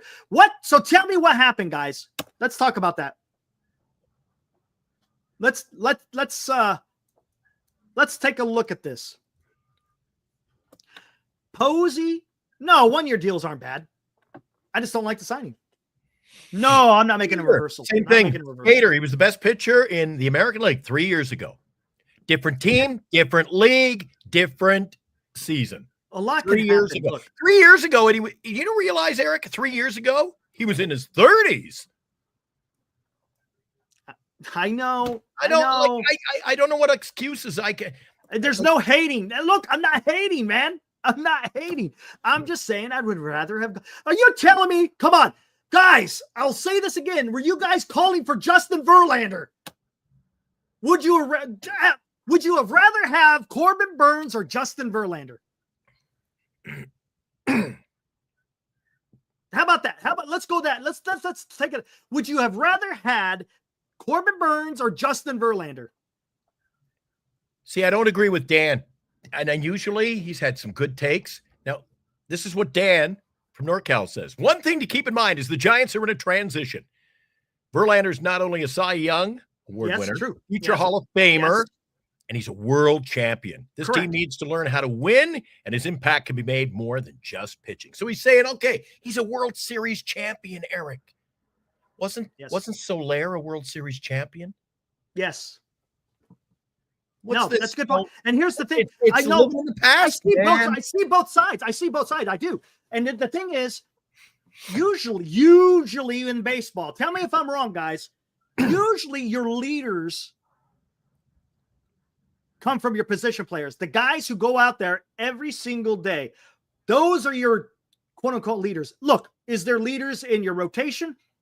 Absolutely. There are winners in your rotation. I'm not taking that away. But usually it's the guys who go out there and play every single game. Those are the guys who set the example. Those are the guys who exhibit the mentorship, the leadership, all the good things. Look, am I saying that Justin Verlander isn't? Nope, I'm not saying that. Because he does. He brings value. There's no doubt about it. How much? There's just something just doesn't add up. No. How do you go and extend Chapman? You sign Willie Adames, and then you want to call it settle for? Is it a settle for? Guys, is Justin Verlander a settle for? When there was other pitchers the Giants could have gone, there was Max Fried out there. You had Blake Snell. Maybe they went on Blake Snell. Of course, there's the Corbin Burnes. Roki Sasaki is still out there. We don't know what's going to happen with that. You had Walker Buehler. Passed on Walker Buehler. Flaherty is still out there. I mean, I know there's a lot of people who don't like Flaherty. I get it. I understand that there could be some issues there. So I don't, man, you tell me. The San Francisco Giants usually have never had an issue in signing a freaking starting pitcher. But for some reason this year, I don't know. Maybe it's the way that the agents are negotiating. I don't know, man. I don't know. But I'm telling you right now. Oh, my bad. I'm telling you right now. It just Verlander's going to save the franchise, Eric. And you can have more say. This will be my last say. Steven, he will not win the Cy Young Award this year. He will not be an all-star, and there is no... Oh, I get it. Look, he's got a fantastic resume, but the guy's 42 years old. That's all I'm saying. I'm not expecting a lot. Look, if he goes out there and deals, I would be shocked. So what are these people in the chat going to say, Eric? If we look at his numbers in July, and the guy is 4-10, are they going to say, yeah, but Eric, he comes with a big resume. He's 3-time Cy Young Award. It's Eric, you don't sign a player for what he did. You do, man. Oh, you do. Unfortunately, you do. Come on. Oh, I don't agree with it, man. When people are signing free agents, you're absolutely looking at their past performance. That's just the way it works. Well, you know what, Eric? I feel confident. I don't know about you. I feel confident right now. Feel confident the guys are making their excuses. Go ahead. I feel confident that this time next year, Eric, I feel very confident we'll be sitting here going, told you so. What were you thinking? I feel very confident. Mac, Verlander is not going to lead you to no promised land. I don't care about mentors. Is that to say so? Is that telling though? You don't think Robbie Ray could go out there and have a good year this year? For $15 million, what do I want? Look, I get it. It's 1 year. Pitchers available. Give me Roop. You say for $5. Well, see again, you're trying to. I don't know what the mindset is, Eric. Yeah, but we got an old wide. We got a 42-year-old pitcher for $15 million. What more do you want? Man, dude, it's crazy. Again, it's crazy. I don't like it. You can scrape, Eric. We scrape the bottom of the barrel, and we get a guy for $2 million. Oh, what a deal! Well, it's no good if he's not going to have an impact. We don't know. We don't know. Feel confident. We don't know. Now, what was the injury that? Greg's all excited. He must be a big autograph signer because Greg seems to be just roses. Steven says 3 to 4 ERA next season. Yeah, that could be. It's possible. 3 to 4. Bring her down. Holy smoke! 3 or a 4 ERA is realistic, but that 5 could be lingering. It could be. I'm just saying. Just saying. Verlander last award was 3 years ago. Yeah, he won the Cy Young. No doubt about it. There you go, Justin. And Paul, it was a neck. What was wrong with his neck? You can hope all you want. He's not going to have a 3.3 ER and 3.30 ERI. Paul, keep hoping. He might. He might. Oh, he might. He ain't, Eric. I'm not going to say that. I'm not going to go far as I'm not going to make absolutes. You can't. Look, for baseball, you can't do absolutes. You could give a range, but absolutes that's really tough. I don't know, man. Embrace it. We have them. No, I get it. Eric, we've had a lot of players the last 6 years. Yeah. No. I didn't embrace them, and I don't like it. Didn't like it, didn't embrace them. So I'm just not happy with the deal. I don't understand its relevance to this team building for the future, Eric. Oh, it's 1 year, 15. So I just don't get it. And I've said all along, you guys, maybe I'm wrong. Maybe these guys all think that our pitching staff isn't on eggshells like I think it is. Birdsong, Harrison, Eric, if this can go south in a hurry. Yeah. And what if you lose Webb? All of a sudden, Eric, it goes from bad to worse. It would be a cluster mess, for lack of a better term. What was those neck issues anyways? Oh, Don't underestimate the impact of leaders. Absolutely. Oh, I get it. This move is a stepping stone. Here's the thing. Is 1 year of Verlander going to be, maybe it is. I don't know. Do you foresee Verlander sticking with the Giants afterwards? Low risk in 25. I think it's low risk. Eric, I think there's risk for any team that doesn't make the playoffs habitually and didn't play 500 ball last year. I think anything is a risk right now. And 1 year is not a bad thing. I get it. That's what I'm saying. I'm just trying to. I'm trying to make sense of it. Whatever. I guess we'll see. We'll see. The most common factor people have is it's 1 year and it's 15 million, or the mentorship. Well, then spend a hell of a lot more money and get a better pitching coach if that's what you need. Better mentors to mentor your young pitchers. Get somebody who's pitched and won. Get Mad Bum in, Eric. You said you'd take Mad Bum over Verlander. Well, here you go. This is what Steven Verlander could retire and stay with the organization, but what would he do with the organization? Do you see what I'm saying, Steven? Mentor, Eric. Hold on. This is what I'm trying to say, Steven. So he could retire, stay with the organization. So basically, he'll be doing the same things that Madison Bumgarner, Matt Cain, who else? I don't know, Tim Lincecum. These guys came up with the Giants, stayed with the Giants almost their whole career, except for Mad Bum. Val, if it's 15 million, then give me. But the Giants already have former players. 15 million, Eric. It's pennies. Hold on. Glenn, let me finish this. Steven, yeah, I see what you're saying with the advisor, but the Giants already have guys like that. They have freaking Dave Righetti still with the organization. I mean, there's a lot of guys out there that the Giants have that they can rely on rather than paying Verlander. That's all I'm saying. Look, I'm not, and the money isn't the issue for me. Getting wound up. Anyways. I don't understand the philosophy when, like Val says, 15 million for Verlander's pennies. Well, what's your point? We could sign all kinds of 15 million. Are we going to, Eric, let's go and get all the 42-year-old players at 15 million, call it a day. Well, great deal. It's pennies, Eric. Look at Fosse. Guys, are you telling me, Eric, if 15 million is pennies, is Verlander the best they could do? Come on, man.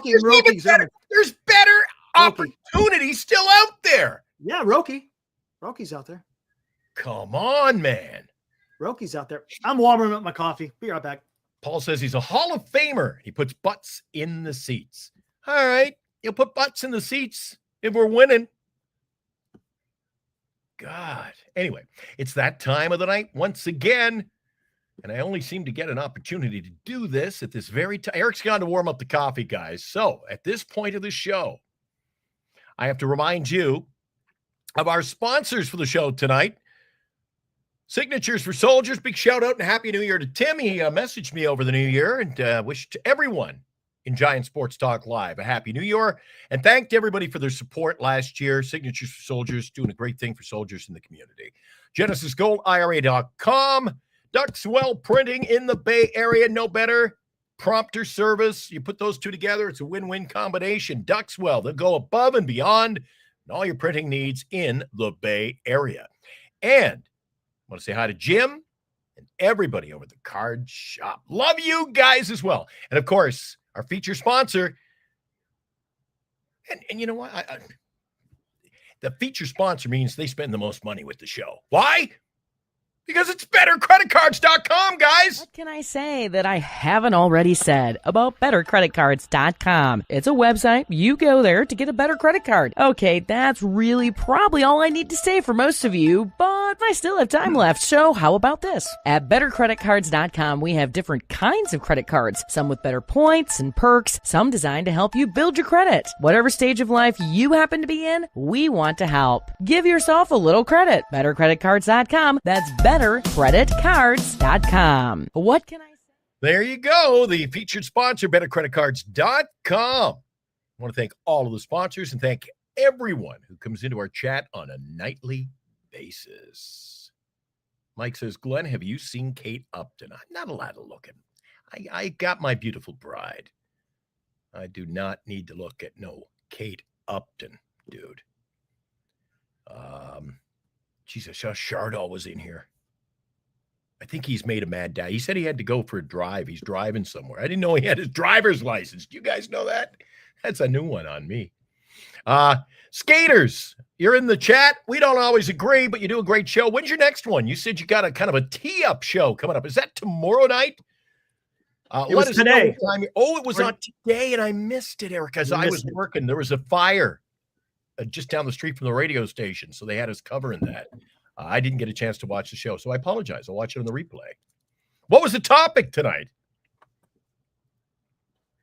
Do you know, Eric? They were talking about Verlander. Oh, geez. Oh, it's must-see viewing. What's up, Dan? He was on at 5. He could be terrible, but they have Harrison Birdsong Roop and other young pitchers who will have Verlander's voice every day. Yep. That's fair. That's fair. That's fair. I don't know, Eric. You think I'm his voice and his, taking yeah, I'm sure it will. Look, wing, I'm not going to say, look, look, of course he's going to have some value. Look, come on. He's done it, and he's done it at the high level, and he's going to be able to give some words of wisdom. There's the word I was going to use. He look, absolutely. I'm not doubting that. That's not what I'm doubting. What I'm doubting is I want the Giants to have a 1 through 5. That's what I want. Because the only way the Giants are going to get this done is by good starting pitching, man. You can't do it with boppers, man. The Giants just don't have it. There you they go. have enough to score a few runs, but you got to prevent runs. And I want the Giants to have the best starting rotation. There you go. That's all. That's it. I just That's feel, all. Eric, That's all I want. I just want the Giants to be good, man. When you got a guy who's going to be when that's the majority of the chat, Eric, is the mentor angle. The mentor. I just want to win. I want to win. Does mentor? So his mentoring, the other, I'm not saying it's not going to win all of a sudden. I mean, come on. Anyway, time. This is the great thing about Giant Sports Talk, Eric. Time will tell. Yep. Time will tell. And if I'm, usually if I'm wrong, I'm man enough to admit it. And when I'm right, people disappear from the chat. Here, Steven says there's a bridge gap. Okay, I get it. Look, I understand the bridge to first base because you got your preeminent first baseman coming up. Who is Verlander bridging for? Yes! Holy shit! Yes! Everyone is just traumatized by Farhan. There you go. And that's the crux of it, guys. That's in the same breath, Eric. Steven's back in again. He says, can't sign all stars. It's a high risk, high reward. We've been living with high risk, Eric, for too many years. Here's the thing. I don't want to live in risk. A bridge. We're good players. You're talking about a bridge for Roki? Well, I'm okay with that, but we don't know. This is the issue, right? NCSN and GSTL. Yes, sir. Listen to this. Because we've had 6 years of under Farhan. People want to forget him. I told that on Greg's channel earlier today. People just want to forget Farhan. And when you see a signing like this, it kind of triggers something. It just, are you guys telling me that doesn't trigger you? Are you telling me, guys, if Farhan did the same move, that you would have the same reaction? And be honest. Guys, I'm asking you to be honest. If Farhan was still with the San Francisco Giants and he signed Verlander to a 1-year deal. Hold on. Are you telling me that if Farhan did the same move, that you guys would not be absolutely pissed off? Don't be honest. I want you to guys, don't sit there and just say what you sounds nice. If Farhan did this same move, would you be praising Farhan for this fantastic move? That's all I want to know. It is a Farhan move, in my opinion, Eric. When guys are in the chat saying high risk, high reward, risk. What are we talking about? Risk. Get me good players. Why is it always going to be? Well, Eric, risk. You know what risk means? There's a chance of failure, baby. Yeah. Oh my God. This really has me triggered. Dude, I didn't want him. I don't want him. 42-year-old pitcher. Come on. Do better. Giants, do better than this. Do better. Now that's a different story, Dan. Then I'd be on here eating some damn crow. 100%. 100%. No, 100%. Dan, if that, okay, here we go. If Justin Verlander is the key to get Roki, okay, I'm good with it. I'll come on here and I'll say, Jamie, I love you, my brother. Yep. I love you. And that's what we said about the Chapman deal. 6 years. If it paid dividends, we're okay with it. But is again, I'm going to go back to what Alex Pavlovich had reported, talking about what Joel Wolf said. Is JV really the guy? Is he really? Maybe. We'll see. We'll see.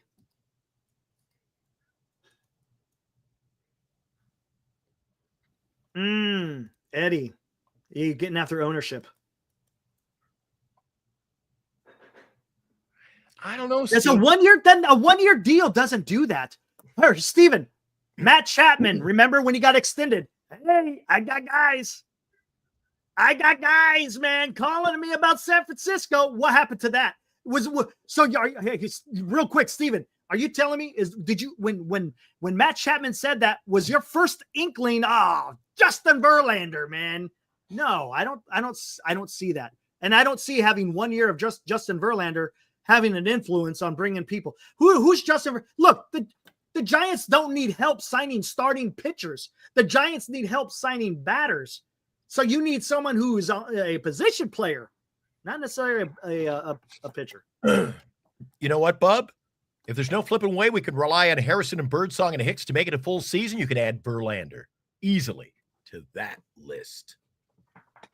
And health. And Eric was the one on all last week saying 2 weeks, 3 weeks, Eric, you were saying, oh my God, terrible, goddamn terrible first half for Snell. Well, a 42-year-old pitcher, what happens in the second half to a 42-year-old pitcher? For a good pitcher, the dog days of August can be a burden. I just think guys have too much pie in the sky, Eric. That's fine. Hey, that's fine. Look, if people want to feel that way, that's good. Look, I'm the last thing I'm doing. I'm not sitting here dogging on you guys at all. I'm just giving you how I feel. And look, you guys have absolutely valid arguments in Verlander. Absolutely. Like I said, I don't devalue mentorship and leadership. Not by any stretch of the imagination. I'm just saying I want the Giants to put out the best possible product. Now look, can they do everything I've already said this. They can't do everything in 1 year. I just don't know what's the 1 year of Verlander going to do. We'll see. I guess we'll find out.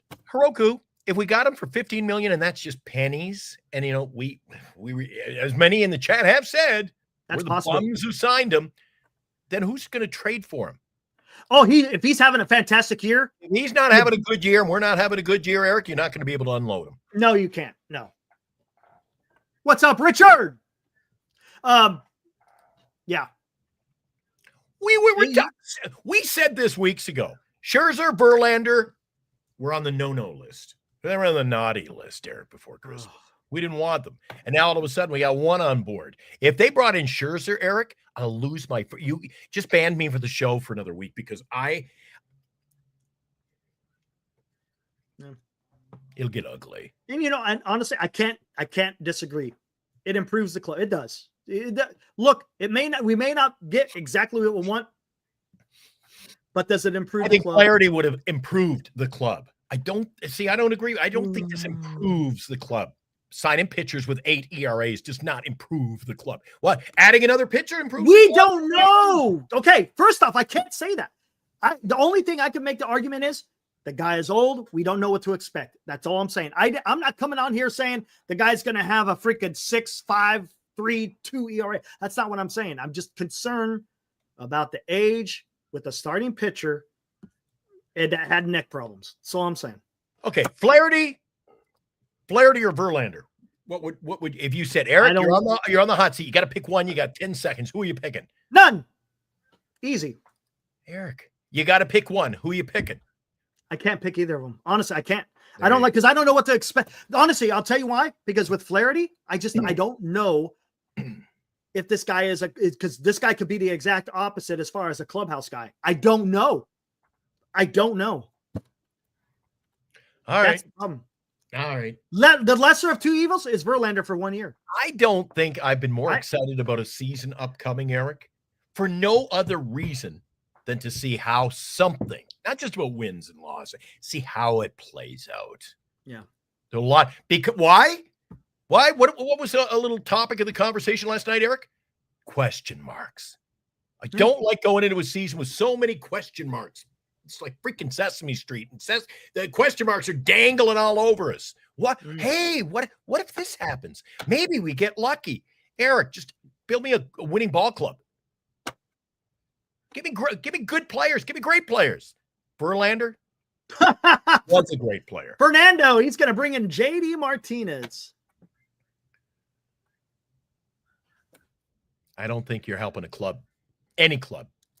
You know what? A 42-year-old pitcher, Eric, should be playing independent ball somewhere, not Major League Baseball. Well, there are exceptions. Don't get me wrong. There are exceptions. Look, you can't just say because of the age, you automatically say it's bad. And look, it's not usually works out well, but maybe he's the exception maybe for this last year. Who knows? Who knows? Oh, Val. Oh, my God. Eric, that's one I actually would probably take. Let's bet that Verlander has a better year than Webb. Now, I'm not all in on Webb most days, but come on, Val. Oh, man. A fool and his money are easily parted, my dad once taught me. So I would take that bet in a heartbeat, Eric. You're talking about an ace in the 42-year-old pitcher. Oh, man. Can I cash in early? Can I cash in? If you want to, it'll be like one of those bets. If we cash out in like July, I'll take half. I'll be happy with that. Okay, can I ask you guys a question? Let me ask the guys a question. And see, and I think I kind of asked it earlier.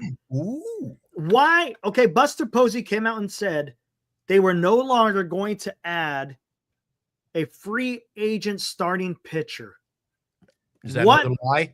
Lie.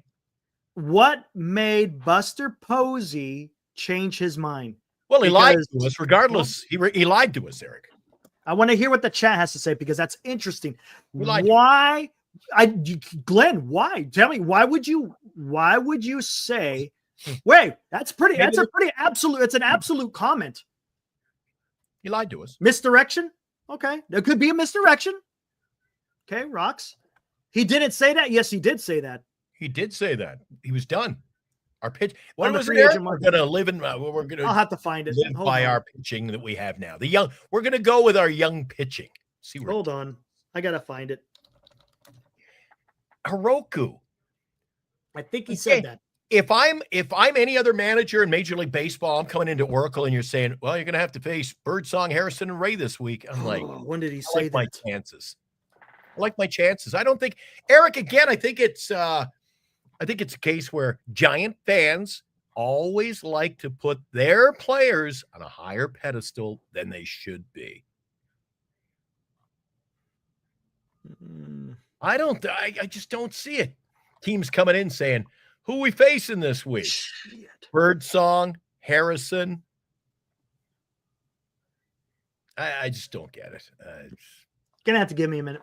I gotta see where he said this. Smoke screen, or they changed their minds. Well, regardless, he still lied to the public. He lied to the media. He lied to everybody, Eric. If it's a misdirection, okay, whatever. Hey, we're going into Oracle this week, and we're facing Hicks, Harrison, and Ray. Ooh, boy. Where the hell was this? And you want a 500 year? Giants will be 500. Baseball? Come on.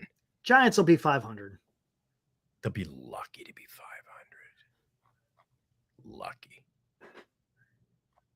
Lucky. Hey? It'll play out, man. Gosh, dang it. Gonna have to try to find it, man. Hey, the Minnesota Twins are going up for sale here. Did you hear that? No, I didn't. Are they? Another team that. Thanks, ball boy. Just telling it like that's the thing I'll do on this channel. Unlike that's why I can't work at KNBR, Eric, because you and I would be handcuffed. Mm-hmm. Don't say anything naughty. Here, just tell it like you feel. Say with the chat. You guys can have it. We don't have to agree, but you can come in with your opinion. Geez, did you see, Eric? Did you know this is a fact? On some of the channels, when it comes, yeah, that's what he said. Okay, they'll ban you. Okay, They'll ban you, Eric.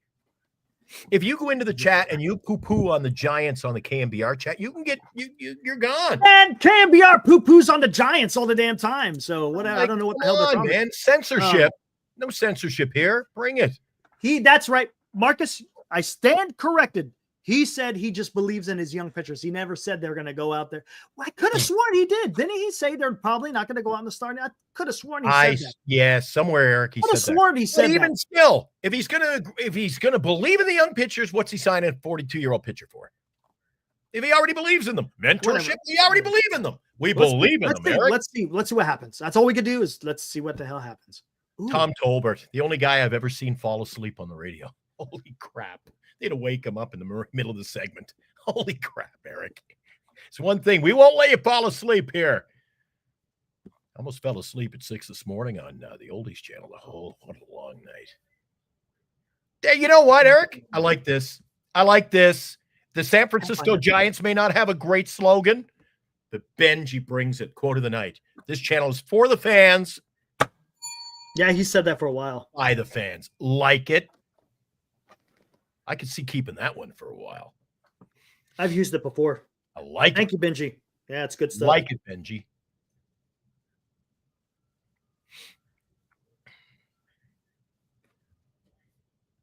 How many are we going to go? That's what he said. There it is.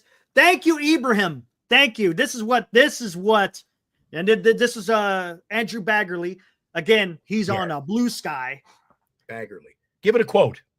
Buster Posey responded via text, and this is quotes. He doesn't say specifically. Listen, we believe in our young arms, and we feel like they are in the best position to take big steps forward. We'll continue to look on the offensive side for players that gives us a chance to score runs in multiple ways. That's what he said.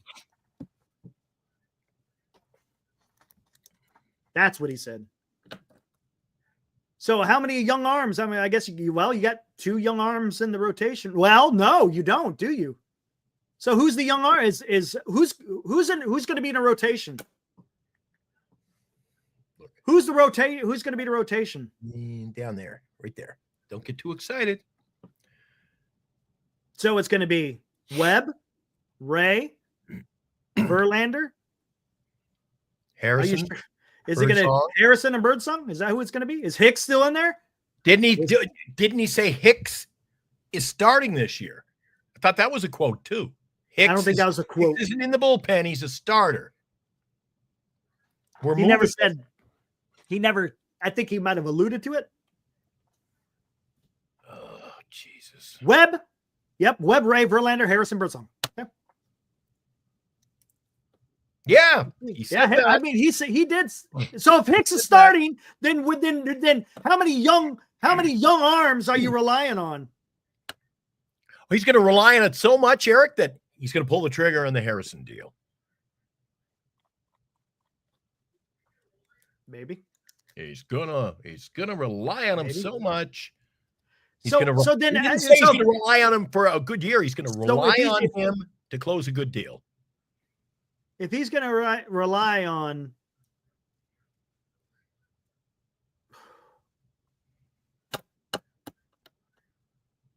I don't know. We'll see. 6-man rotation. I think it's a lot easier said than done. I mean, don't get me wrong. If again, Sam, let me ask you this question: if you go to a 6-man rotation, you run with a smaller bullpen, then, right? Right. You don't want to take that extra player out of your bench, so you will roll with one less bullpen arm. Don't know. And throw Verlander in that list. Oh, I just think it's getting greasy. I don't know, man. I don't know. More questions than answers. That's what it is. It's more questions than answers. Yeah. Don't know what to say. Yeah. Do you want to bring Dilly on for a little bit? I wish the San Francisco Giants would give more, and not just the Giants, maybe more baseball teams, Eric, but certainly the Giants. Do you wish there were more like State of the Union address, like once our media update? Like he'll go and they make a move, and then the fans can like it or hate it, but there's no follow-up to it. Here's why when they announced Adames, they have the media they sign a free agent, and it's just like they go into hiding, get out of the crossfire of the likes and the hates. I wish they would do an annual get together once a week, every 2 weeks, bi-weekly, monthly. Give us a little, here's why we did this, Eric. I'd like to know why they decided to do this. Wouldn't you? Promise. But they're not going to do that because it gives away too many state secrets. You got to be careful with that. And that's a great question, Mark. Here we go. There you go. It's just what pick a lane. Yep, absolutely. You've been saying that for about a year now. Well, actually, probably longer than that, Dan. Pick a lane. I agree. I said blow it up. This is I just don't understand getting older. Anyway, whatever. Gosh dang it. I was going to say something. I totally lost my train of thought. What's up, Vita? Hey, guys. How's it going? It's going, man. Could be better, but we're going. What you got? Jesus Christ, it's a free. Yeah, we're bringing everybody. Okay, so in. I guess I'm just looking at the starters last year, and all these guys fizzled out at 100 innings. Like all of them, Hicks, Birdsong, all of them. Well, they haven't stretched them out in the minor leagues. That's the problem. All right, no problem. Hey, Marcus, you came in just before him. What's up, Marcus?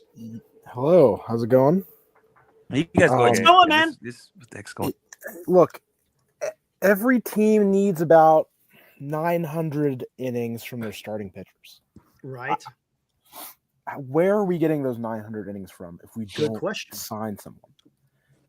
It's just we have all these guys who are young. Marcus, maybe we sign 12 pitchers. Maybe we'll get some innings out of them. Who knows? We tried that in 2022 and it didn't work. Yeah, come on. it's just like Verlander. We're paying him. We're not paying him to be who he was. We're paying him to be who he is. And who he is someone who's hopefully going to give us at least 100 innings. See, that's what I hate. I said this to Eric over and over. Who's going to pitch? What word did you just use? You said, hopefully. Well, yeah, everyone is hopefully. It's like. Oh, but this is a bit. This is a capital. This is a bigger hopefully than your average pitcher. No, come on. He's pitched less than he's pitched less than what was it, 140 innings 3 times in his 20-year career. it's just not. I never get along with you, man. A 20-year career. Things have fucking changed. We didn't have internet fucking 20 years ago. Jesus, man. Eric, he threw 200 innings 21 years ago, Eric. What he's saying is he has a history. He has a history. Yes. That's all you could say. Okay. He has a history. We're paying him. It doesn't mean Maybe he's this going is to the way throw to look at 200 it, this guys. year. He's been really reliable for a long time. So obviously he takes care of himself. And just 2 years ago, his ERA was in the low 3s. So they're probably thinking Hicks, Birdsong, all of their young guys, everybody, once they hit about 100 innings, they all fizzled out. And Ray is not a guarantee. So maybe in their mind, they're thinking it's at this point, they probably didn't feel like Flaherty was worth the long-term commitment because they have 6 or 7 guys in the minor leagues where these guys could be something real. Mm-hmm. And none of them are probably ready. I mean, Harrison, we're hoping, but he kind of fizzled out too. They're probably just thinking, bring him in as a little bit of insurance, see which of these guys can kind of separate from the pack and prove they belong here long-term. It's a 1-year deal. They get the $15 million back next year to throw at somebody else if they need to. And if he does work out, they could trade him, or if they want to keep him, if they're making a run, which I doubt. I don't think Posey's doing this with 2025 as in mind. I don't think he cares. I think he's feeling I need to build the system, and he figures this is, and I hate the word, stopgap, but that's what this is. He probably just figures I'm looking towards 2026 and further. If Ray works out, great, but let's see which of these young guys stays and which of them is going to go. So he just probably figures if I can get 140 innings out of Verlander, it's worth it. Look at Cobb. Cobb got 1 year, $15 million. Charlie Morton got $15 million. Frankie I just figure all these guys at this point, they're all kind of the same. That's kind of what it is. I don't think he's signing Verlander saying this is the guy that I'm going into Game 3 of the World Series with. I don't think that's what he's thinking. I understand wanting to win and improve the team, but I don't think Posey's thinking they're going to do jack shit this year anyway. Here's a question: who? Real quick, hold on. He talked about stopgap. Who would Verlander be the stopgap for? I guess that's not the word to use. I just think it's you can't go into this season with Webb, Ray, and 3 young guys. I'm going to say Hicks is a young guy. Like I said, he got to 100 innings and he just fizzled out. They all did. So I'm thinking rather than rely on 3 of these guys that can't make it past 100 innings, throw this guy in there who has more of a track record. So you don't have to rely on those guys so much. They can go down to the minor leagues. And by the way, I think Randy Wynn even said, was it today when they were talking, they asked him a question, something about these guys being pampered or they didn't, weren't pushed. And he even said something about that. They need to be pitching more. They weren't pitching enough. Basically what he was saying was Farhan wasn't pushing these guys. And that's why when they got to 100 innings, they all just, like I said, they all kind of fell apart. They all started showing, the cracks started showing. So get these guys down in AAA, let them stretch out, let them get going. They're all really young anyways. So I just look at this as this 2025 is going to be the year we find out who stays and who goes. That's how I see it. And Verlander is just an extra, I guess, more reliable arm. I don't think they're counting on him to really be this big, big deal. I think it's just let's get him in here, and if he works out, great. But I don't the mentor thing. That's bullshit. He's not going to mentor nobody. I'm sure that came up, and he said hey, if you come back in the inning and you can impart some information, great. But we're not going to be sitting him. We are not going to be seeing him sitting in the bullpen with a bunch of guys huddled around him, and he's sharing knowledge. He's not going to do that. I think they're counting on the fact that this guy has been games, not at bats next year. What's that? I've been. Paul Fong says Glenn's logic. Jung-Hoo Lee is only going to give us 145 at bats next year because he's getting hurt. Hopefully he'll stay. Yeah, hopefully he's got. But the last 4 or 5 years of his career, he's been hurt every year. What? Well, I'm hopeful he stays healthy. He won a Cy Young. I literally don't know what you're talking about, Glenn. You have to look. Are you not watching the show? I'm talking about the chat. Paul's up on the screen. We're talking. We moved on, boys. Jung-Hoo. You forced us to move on. Well, Vito was talking. Yeah, he was right in the middle of a really good point, and you just. Glenn, were you saying that detour? Were you saying Verlander half a dozen, Glenn? Guys? Let's make it half a dozen. There's Vince. Glenn, Vince brings it. Were you saying Verlander's been hurt every year, Glenn? Is that what you're talking about? No. I got to take. I'm sorry, I was talking, so I didn't hear. I was. No. You said him. What? Who was he talking about being hurt every year? The only point he was making is the past doesn't necessarily dictate the future. As far as because Jung-Hoo Lee being hurt, he's saying. Of course. Okay, I understand what you're saying. But Glenn is like contradicting himself in that like he's taking 1 year of Verlander's injury and trying to extrapolate it into what this upcoming year. No, he's not even doing that. No.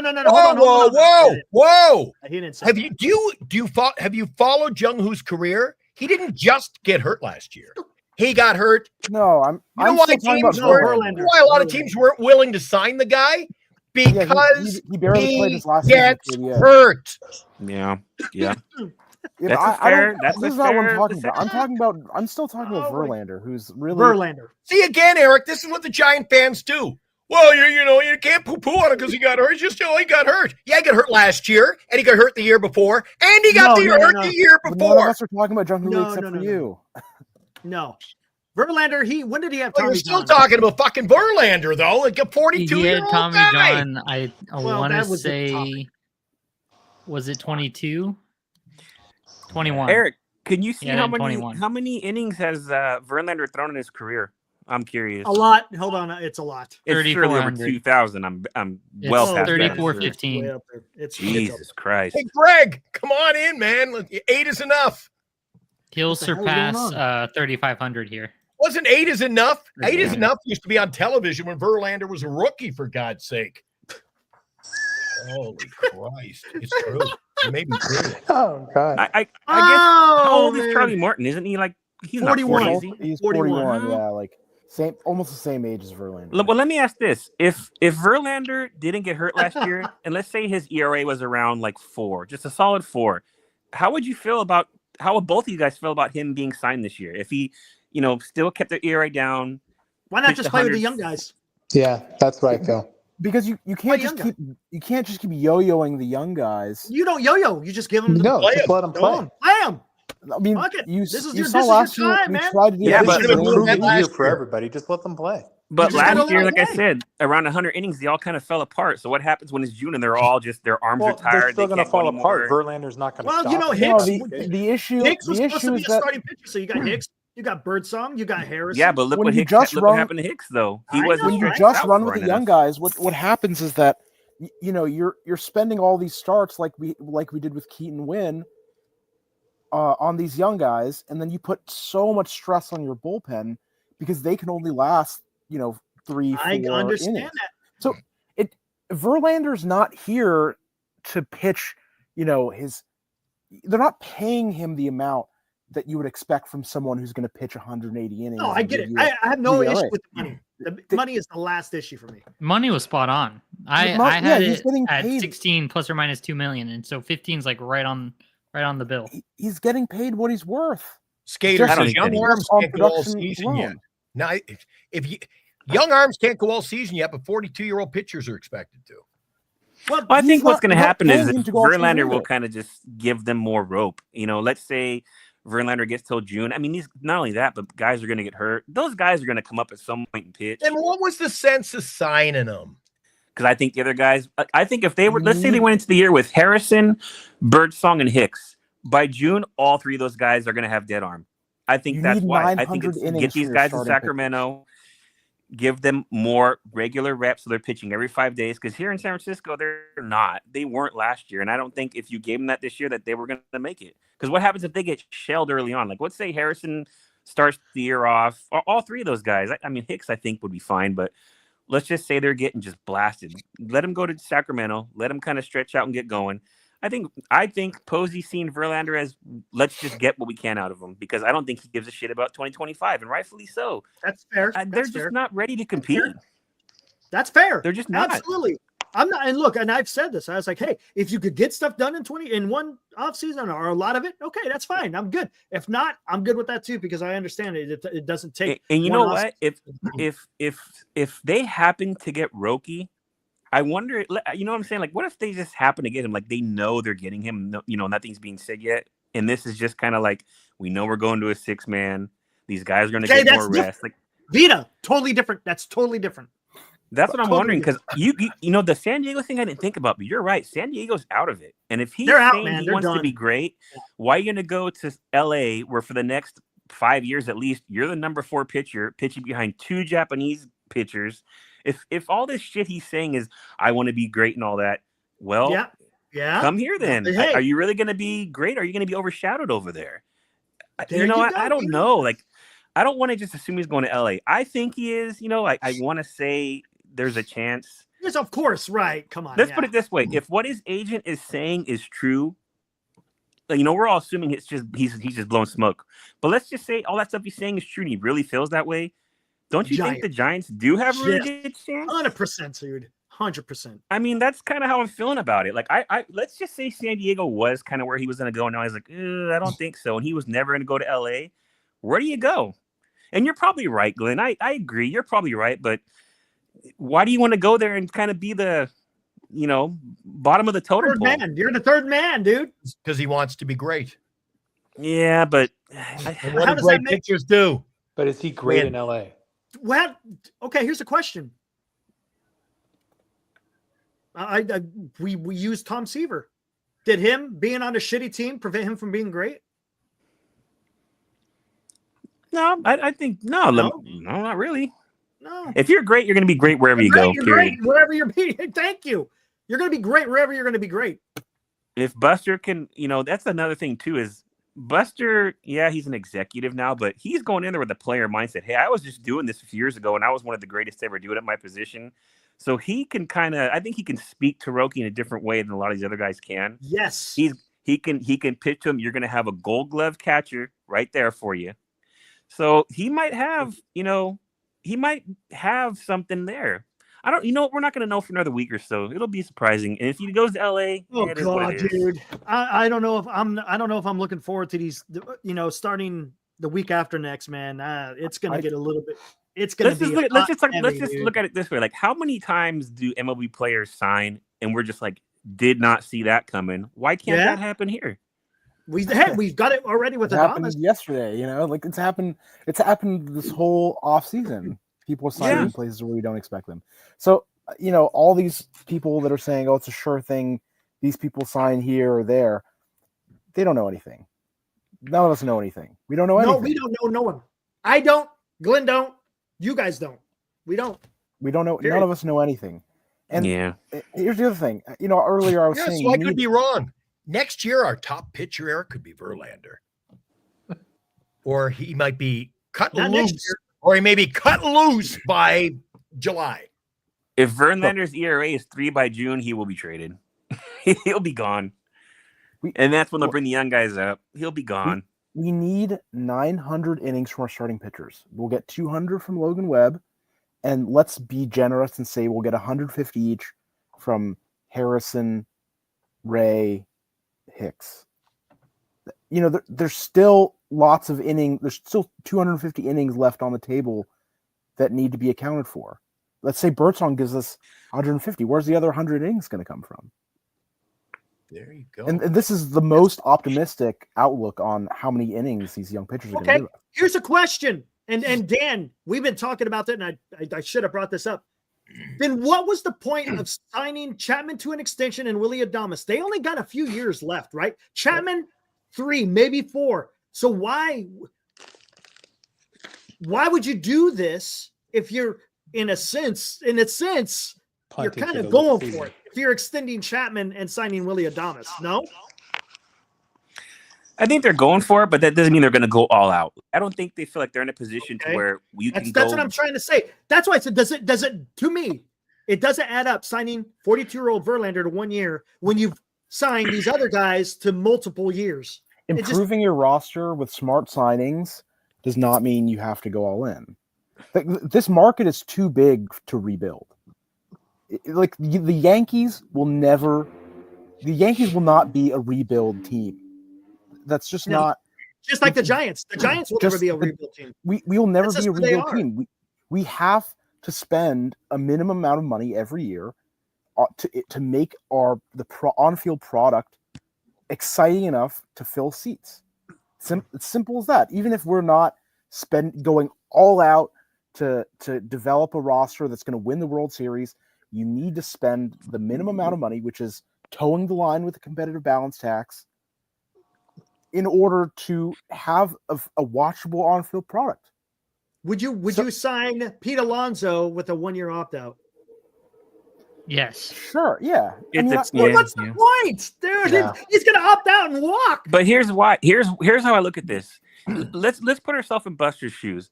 I'm sure since that's all his job is just putting this team together. He probably targeted in the offseason. These are the guys that I'm comfortable giving long-term deals to and building on. Yes. Burns was probably the last pitcher left where he felt comfortable doing that. So once I think that's the only pitcher they were on. That was the only one they wanted. Yeah, but I think they would have Arizona. They would have jumped on some of those. If Burns had been the first to go, they would have gotten involved with some of the other guys. But let's just say there's nobody else left that they feel comfortable going long-term with. They still have to spend that money and I think say, okay, let's just give 1-year deal to this guy. And then next year is when we'll have that money back and we can go towards this guy. So I look at it this way. You guys are saying, well, why didn't they get this guy? Why didn't they get this guy? Because the teams they went to were thinking the same thing we were, and they can only go to one team. So we just missed out. So in my mind, I'm thinking they're just saying, okay, well, we missed out on the guys we targeted. Let's just put this money towards these guys that can help us this year. And then next year, we'll go after our guys again. That's kind of how it is. Like, that happens every year, guys. That happens every year. You're talking about, well, we missed out. It happens for every club every year. When are we going to get serious? If they wanted Burns, they should have made it happen. They should have made it happen. Yeah, I agree. Don't be nickel and diming and, well, this team was going to give 300 and we give 305 and just go and get the player you want. You're talking about every year, Eric. We talk about next year. Next year, guys, next year, go out and get the guy. Go out and get your guys next year. Well, we didn't get the guys this year or the year before. We were talking before Burns was signing about how we were all unwilling to give the 2-year opt-out that he got. All of us, everyone's like, no, we're not. No, I did not. I said you give him what he wants. Yeah, Glenn did say that. Yeah, Glenn. I would. You're right. Glenn says a lot of things. You get him in. Get him in the door. I said to Eric and I were on loan at that point. I said, Eric, you just get the deal done at this point. Because I believe that was the night I called out mystery team, Eric. I said, get the deal done. This is going too long. Get him in-house. Get the deal done. If we're going to be big dogs at the bowl, get the deal done. Get not always next year. Well, I guess we're going to go after we'll go after our guy next year. And you know what we say this time next year, Eric? Maybe next year we'll get our guy. It's an ongoing freaking problem. The 2-year opt-out. And you're talking about one of the big markets in baseball. They don't act like it. They don't seem to act like it. Was there ever any reliable reporting? Who else have we got? Jesus Christ. Oh my God. We got Adames. And all of a sudden we're like playing in like New York. We're not playing like New York baseball. The front office signs one player and it's like, oh boy, come on. Oh my God! Overmodulate. The heart pills are working overtime tonight. Jesus! Come on! What do we do? We signed Willie Adames and Verlander, Eric. Was there any reliable reporting that came out and said why they didn't get him? Was it overall money? Was it the opt-out? No. There won't be. They didn't offer Burns more than Arizona did. And they didn't offer him more? They did not offer him more. They didn't offer him opt-out. So that's interesting. Because the Arizona thing came together very last minute, right? They weren't talking to him. He reached out to Arizona. He approached them, exactly. So I approached them because he just had twins. There you go.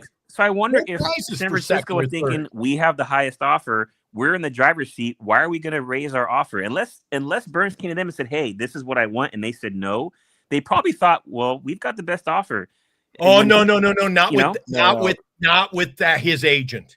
No. It was back and forth. They didn't just close up shop and say, he's just going to sign somewhere else. That agent was not a closed door negotiation with Boris. I just wonder what was going on before Arizona got in there. You know what I'm saying? Like, where did San Francisco think they thought is what I'm wondering. And then when they started talking Arizona, was it I just think the they're Giants done just talking didn't want to give out the money. I just think the Giants didn't want to give out the money. I don't think the Giants want. I'd love to know that. I mean, we all If like that's the case, then we go back to the does not show cheap-ass they want to give out the money. Cheap. Yeah, if they weren't willing to give him 30 a year, They're the fifth richest baseball team, and they don't want to give out the money. Come on. There we go. Yeah. That's they the always issue. talk like we're this. Here it comes, Dan. Here it comes. But it never. They don't act. Nothing acts. It doesn't play out that way, guys. I'm tired of being the Pittsburgh Pirates. Even the Adames signing. Looking at it now, everybody's like, "What a great deal!" If they hadn't got him to that point, he'd make much more money. It's almost like they got him just because they looked at it. Oh, it's a great deal. You're right. They never kind of go above and beyond, and that's how MLB free agency works. You have to do that with everybody. If they're going to sign Vlad, if they're going to sign Vlad, you better be giving him at least $600 million. I don't care if people say he's worth it or not. That's what it's going to take, or he's not coming here. He won't come here for less than that. He will not come here for less than 600. There's no way. I personally believe that Soto messed that up for everybody. I don't think it would be a bad idea, and this is going to be a hot take, and I guarantee it's not going to sit well, but I don't think it would be a terrible idea to get Kim for cheap on like the 4-year deal that they were talking about earlier and stick him at second, because it's not a glaring need of the Giants right now, but it will be eventually. If Fitzgerald doesn't work out, we'll need someone to fill that hole, whether that be Schmidt or someone like that. I think you go with Fitzgerald. Well, he's super. Well, here's the you get Kim on, because he's a proven product. You get him on and he profiles perfectly as a second base bat. You get him, you use Fitzgerald in the meantime. If he's hot, then that's great. There's places to put Fitzgerald outside of second base. We can figure that out. Keep in mind, Yaz is still your projected starting right fielder. So Fitzgerald doesn't have the arm to play right field. Doesn't that apply in the face of so many people in here saying, let's build some play. We got to build something from within. And every time we got a player like Fitzgerald who can steal, who's got to get playing time, you just want to, let's just move off him. Well, sooner or later, you got to shit or get off the pod. You want the young guys to play. Well, you guys were all in here 5 minutes ago saying the young guys should play. Yes. Well, here's the deal. People are saying young guys should play, and then you said bring in Kim. I haven't even made my point yet. So, Dan, come in and help me, buddy. I never thought I'd need your help. Holy crap, Dan. Dan, you see what I deal with over here? Holy cow. Play the young guys. And then 5 minutes later, we should trade for Kim. Come on, man. Help me out. They're killing me. I'm going to be hooked up to the intravenous with a little stick in a bag soon. I'm like, Glenn, let him talk. Jesus, I'm wound up. Eric, do you see my point? We got to play the young guys. Let's trade the young guys and get Kim. Come on, Jesus Christ. Glenn, you're the only one who's had the time to make a point. Glenn, take a great breath. In through the nose. Out through the mouth. I'm just going to take my pills. Your hat still fits with all the blood vessels bulging from your head. Love that hat. Yeah. I love the Christie hat. It's a solid hat. Awesome, dude. Hey, Eric, you got to see the new member of the family. We got a new member. Oh, it's another dog. Oh, that's a beauty. Yeah, oh my gosh, dude. This is Bo. Bo. Just got him this afternoon. Buster and Bo, yeah. Wow, what a beautiful dog, man. Yeah, he's a good dog. He'll be a year old in February. I just is Bo short for Bob Melvin? No, just I guess Bo Jackson, maybe. I don't know. Oh, there you go. Is it B-O or B-E? Laughing him for the hip injury, so there you go. Nice. Yeah. That's a beautiful dog. You're a dog guy, aren't you, Dan? Oh, I am. I'd have 100 of them if I had the room. We're cat people up here. We're cat. I had little Wilmer Flores on the show the other day. He's only about 2 weeks old. Oh, he's 2 weeks old? No, he's young. He's got to be older than that. We got him around December 23rd. So what would that make him? No, but when was he born, though? He was probably born at least 5 days before that. They were going to drown them, Eric. So we jumped in. Yeah, dude. I could have, and I'm like, Dan, I don't even want to hear them all. Saved them all, but I would have needed a bigger scratch tree here. I would take down the Christmas tree and put one of those scratch trees. I would have had a whole litter here. But anyway, Dan, help me out here, buddy. What's your take tonight? Well, I've said this all along. I don't know what the Giants plans really are. To me, when you sign Chapman to 6 years and Adames to 7, tells me you're going for it. You're going for it. And otherwise, you would just say, okay, Chapman, he's 32.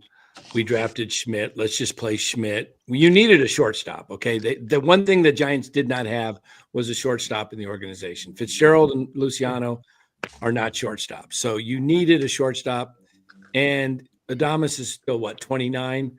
Don't have much of a problem. Chapman, he's got, I think, 6 years left on the contract. I'd say your best bet is you get 3 solid years out of him before the decline. He may not decline, but he's not a guy that makes a ton of contact. And that's one thing that goes as you get older. Your bat speed drops. That's one of the first things that happens. So to me, I can understand this year being kind of a year of like, okay, we're trying to rebuild it, reset, and maybe next year you're going for it. But you need to take it in incremental steps. But I wish they would either just forget the luxury tax, just go over it and spend and say, you know what, we're going to pay it and we're going to go after guys and we're going to get the guys we need to compete now, because you could have signed enough pitching that would get you into the playoffs with a bat or two. Mm-hmm. And if you have the pitching, you can win series in short series. You may not, compete with the Dodgers. You still probably be, 15 games behind the Dodgers. But if you could win 88 to 90 games and get into the playoffs, and then if you had a rotation, say of Webb and Burns and Fried or something like that. Yeah. Then it tells me you're actually going for it. You're ready to turn things around and just say, we may not be able to get the best bats, but no one's going to be able to beat us with, pitching. Yes. And I don't know why they didn't take it to win. You're building it like they want to, we're going to make a run. We're going to build something special here pretty soon. We're going to turn it around. My question is, you think they blew it? I think they blew it. Pussyfooted around with Burns, man. If you're going to play with the big boys, go in there and just get it done. And then I think the word settle is a fine word. You didn't get Burns, and it should have been done. And then you get Verlander. You can't compare the two. The thing they did, I think the thing that happened with Burns was the opt-out. And I understand the opt-out from Burns' point of view, because he's like, I want to be with an organization that wants to win. Prove it to me that you're going to build a winner. And that protects the player if he says, well, these guys haven't done anything to add anything in the 2 years I've been here. I want out. Yeah, I think that's. But wait a second. You're saying I totally agree. You're right on the money. I mean, if I'm the player, that's what I want. I mean, unless you're signing with the Dodgers, but if they're going to be you there. Wouldn't sign Burns, right? With, a couple of years, an opt-out. Then why do you sign Verlander on a 1 year? That's a good point, because I think the problem, though, is if you give the opt-out, you may get stuck with someone, and that's the problem. I don't think the Giants offered. My guess is they didn't even offer more than 5 years. Probably not. I bet you they went 5 years, and they were, what's 35 times 5. That's Giants baseball. One more thing to think of too is that qualifying offer. They signed 2 guys last year to qualifying offers that walked away. They signed 1 this year. Maybe they feel like, we don't want you walking away in 2 years, and then we're losing the draft picks and the international money. Right. If Buster's idea is to rebuild, both those things are important. So that you don't want to give up draft picks and then he's gone in 2 years. Right. You get a double whammy. Yeah. And the money. Yeah. And they might feel like they're really making headway. I was trying to make. I question, like, how many teams in the history of free agency have been able to get tons, build their entire team off of one free agent class? No, it's just not. It's not that realistic to say, oh, I'm just going to cherry pick all the best guys from every free agent class. Like, nobody. Dodgers pretty much. Dodgers pretty much Dodgers did that are the last only year. team. Yeah. Hey, Oscar. Otani, Yeah, but it's getting, if you Yamamoto. do Yeah, it right, Oscar, like, come on. they've I mean, created a new Sure, Yeah, landscape, Teoscar was man. good though. You can do it now if you do it a sneaky and a right way. Teoscar thing was there- coming off of a new era of really down baseball. year, right? Like, New era. No, he was good with the Mariners. Teoscar has always been good. He's always had a Yeah. above average OPS plus. I mean, he's a good player. Yeah, Yeah. you said I watched your show a week ago. One of the short snappers you did in the morning, and then I was kind of actually my wife was like, "Oh my God!" Dan said they could win 120 to 125, the Dodgers, and they laughed at me, and I know it's unrealistic. I said this could be your first 130 win team. When do you see the Dodgers losing, man? I think they'll go for the record, which who holds that? Seattle? Yeah, Seattle at 116, right? 116. Yeah, I think they'll be close to that. I mean, their over under is over like 103, I think, right now, which is That's nuts. which is crazy to set that. I mean, that's the over under the. I think the one thing that the Giants need to look at and consider is what they really messed up on, in my view, and we talked about this, Eric, for a year or two, is they had the window of opportunity when everybody knew they weren't going anywhere to play the young guys, and they did not do that. And what you have to do when you're not competitive and you got young guys is see what you have. And, some of them break out. Look at Ramos. Look how Ramos broke out last year. We were saying this for the whole year prior. It's like, play this dang kid. He's got talent. He's got the tools. You could see it. But it takes time for these guys. And I'm not saying that Matos or Casey Schmidt or Fitzgerald or Luciano, any of them will be really successful. We really don't know. But you got to just play them. And then if they falter, all right, you got to move on. But if you played them, the mistake they made is they never gave Casey Schmidt a chance to play his natural position the year he came up. And he was struggling at the plate. And then he came back at the end of the year. That was when Crawford was leaving, basically, and they were playing him at short. And then they playing him at second. You either trade the guys or play them. That's my view. Just stop. Their value is, decreasing every year. You don't play them. And this is the year Matos has to play this year or move off. Play him in right field. Eric and I said in August, we spent about 3 weeks leading into the 1st of September and the change of the roster. And Eric, you can solidify this, Eric. Did we not spend at least 21 days saying, look at that? And it was not a pretty month of September, the schedule. We said, this is your opportunity.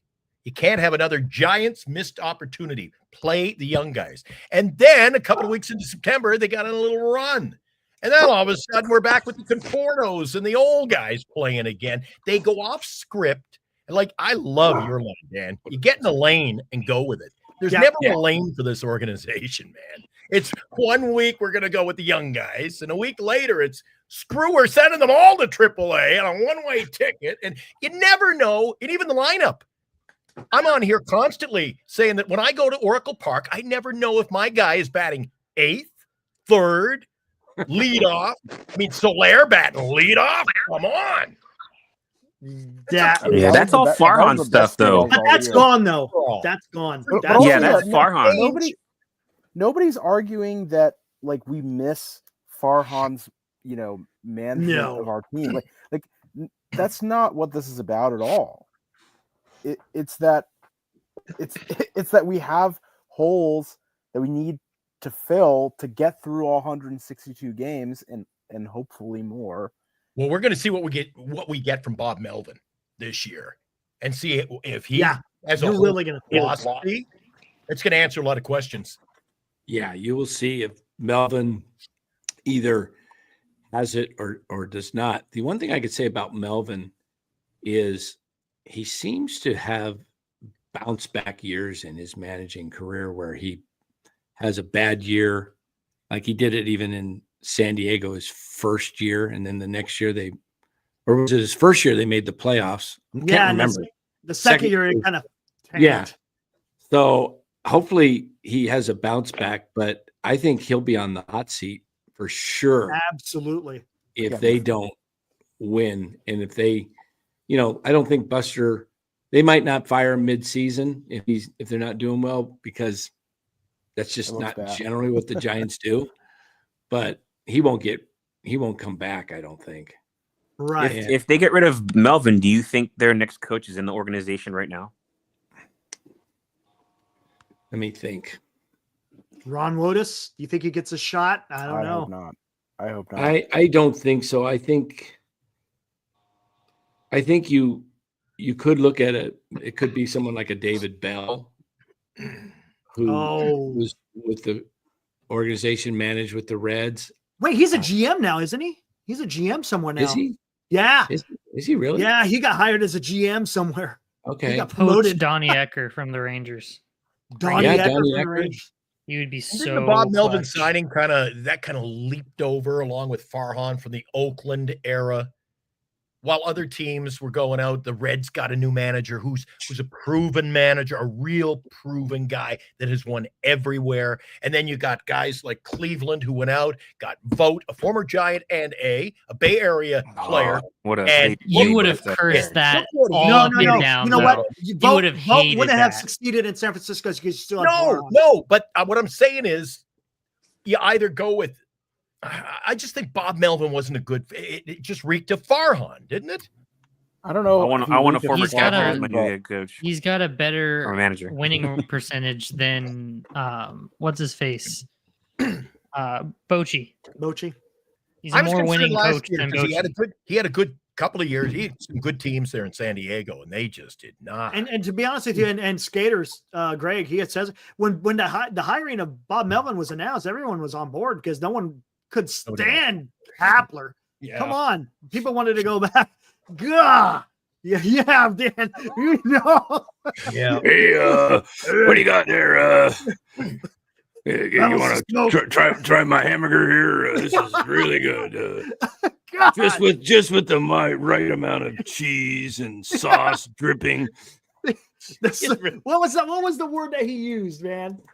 Oh, I can't remember. We used to use it. Was it succulent? I don't remember. There was balance to smoke. There was something else he said. Oh my God, dude. Over at the airport the other day, I talked to there was a guy getting on the flight, a different flight, but we were in the same gate area.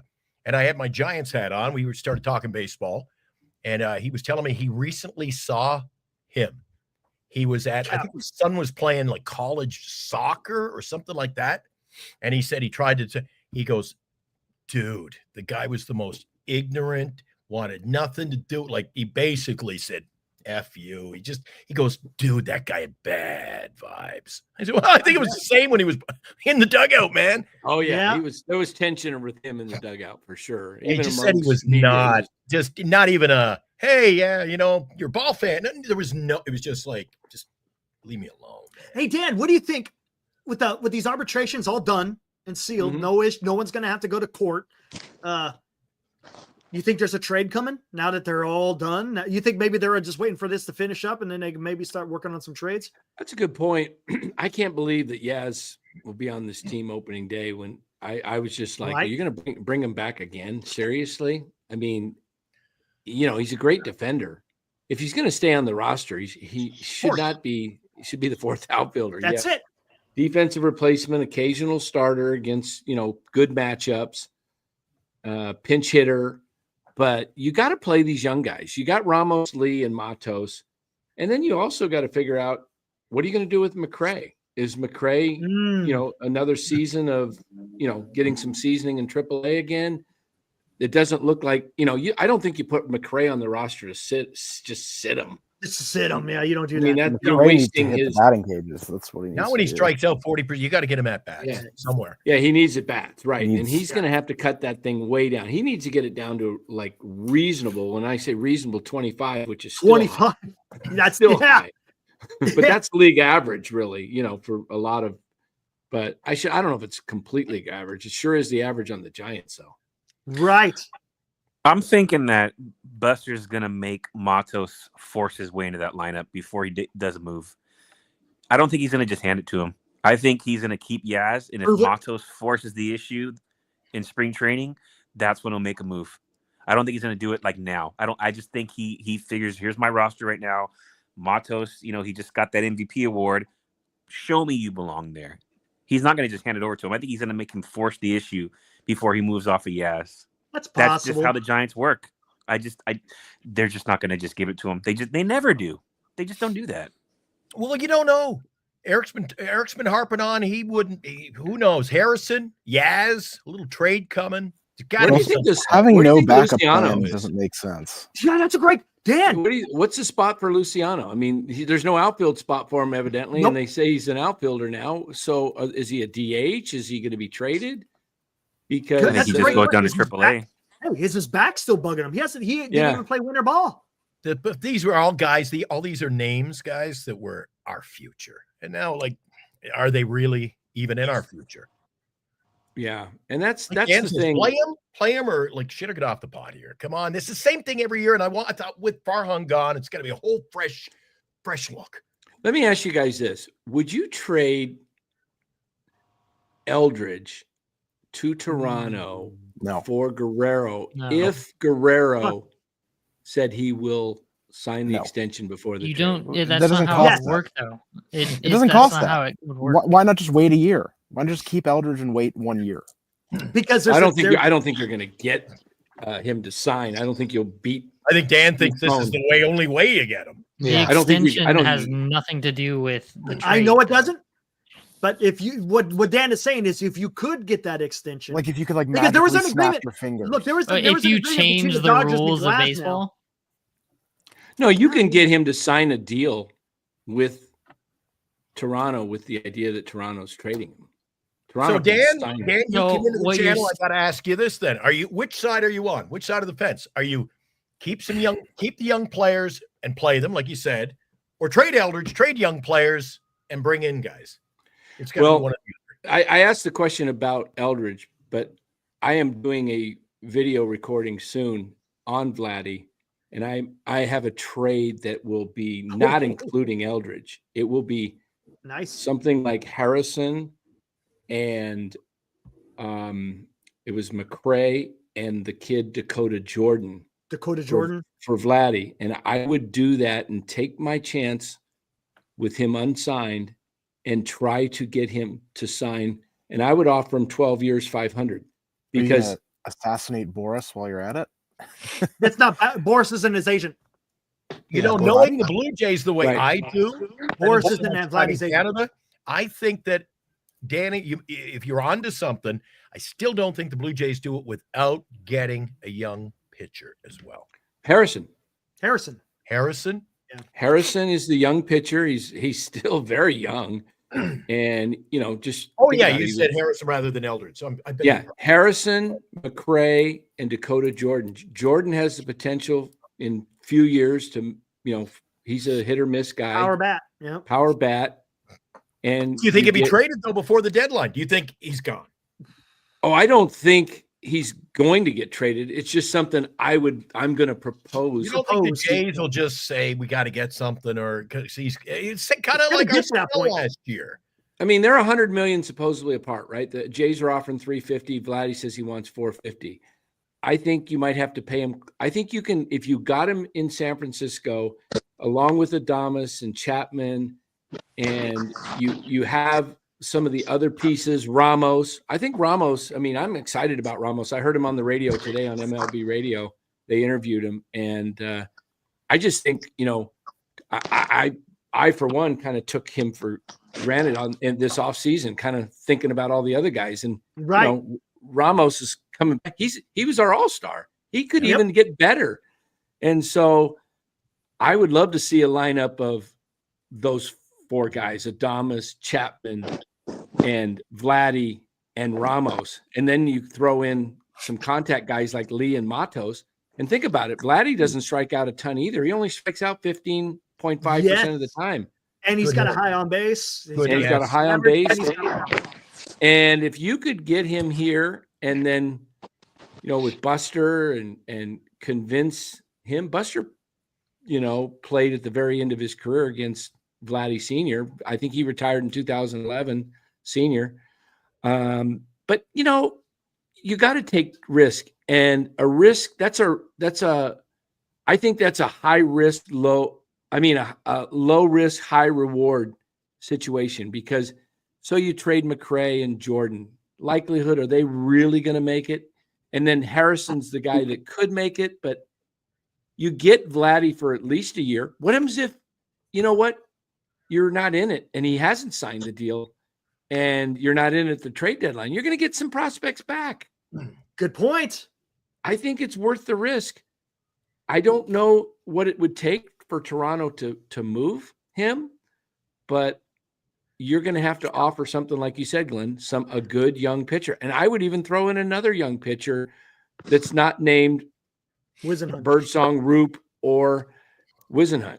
But if you want Black, I think that if you want Reggie Crawford, you're him too. I don't think it would be all about it. Would be about young players. Now, think what you will. I think if the Blue Jays wanted to move him to the Giants, or the Giants thought they could get him, it's going to take a pitcher. And what do the Blue Jays need? Pitching. Pitching. And you know who I get. I'm telling you, boys. You know who they would want in return? Patrick Bailey. They have no catching. They got Alejandro Kirk. They would want Bailey. Bailey's not going anywhere, and he's not. Kirk is a good the Blue Jays can. Somebody said it in the chat a few minutes ago. Bailey's not going to be the make or break deal. When they move him, there will be plenty of good offers from around baseball. So they're not going to just say, "Oh, we'll just do a deal with the Giants," and that's they're going to get what they want. I'll tell you what. I'm telling you, they're not going to come in and just take.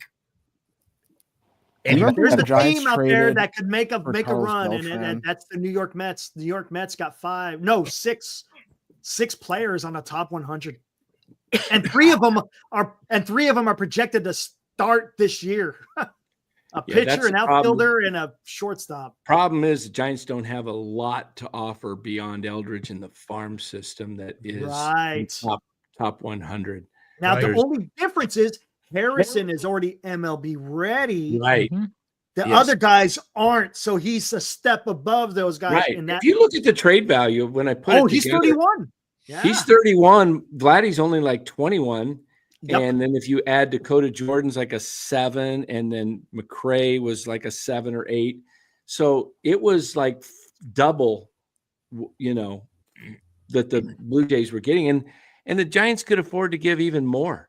They really what you could do? Threw Duvall into that. You go Harrison, Duvall, McRae for Vlad. I would be okay with that. And here's another thing. If you want to avoid another player, take on Gausman's contract.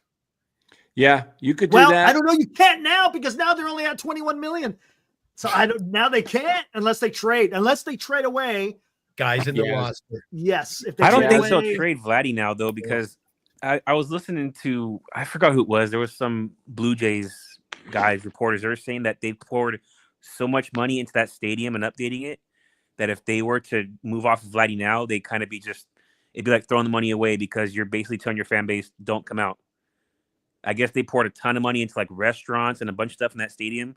Moving off of Vlad, I don't think that's something they have an appetite for. Well, they're going to lose mid-season maybe, but I think now I don't think they're going to do it. I mean, think about the season ticket holders. They'll be canceling left and right. I don't think they'll move Vladdy until, and they'll probably be able to get more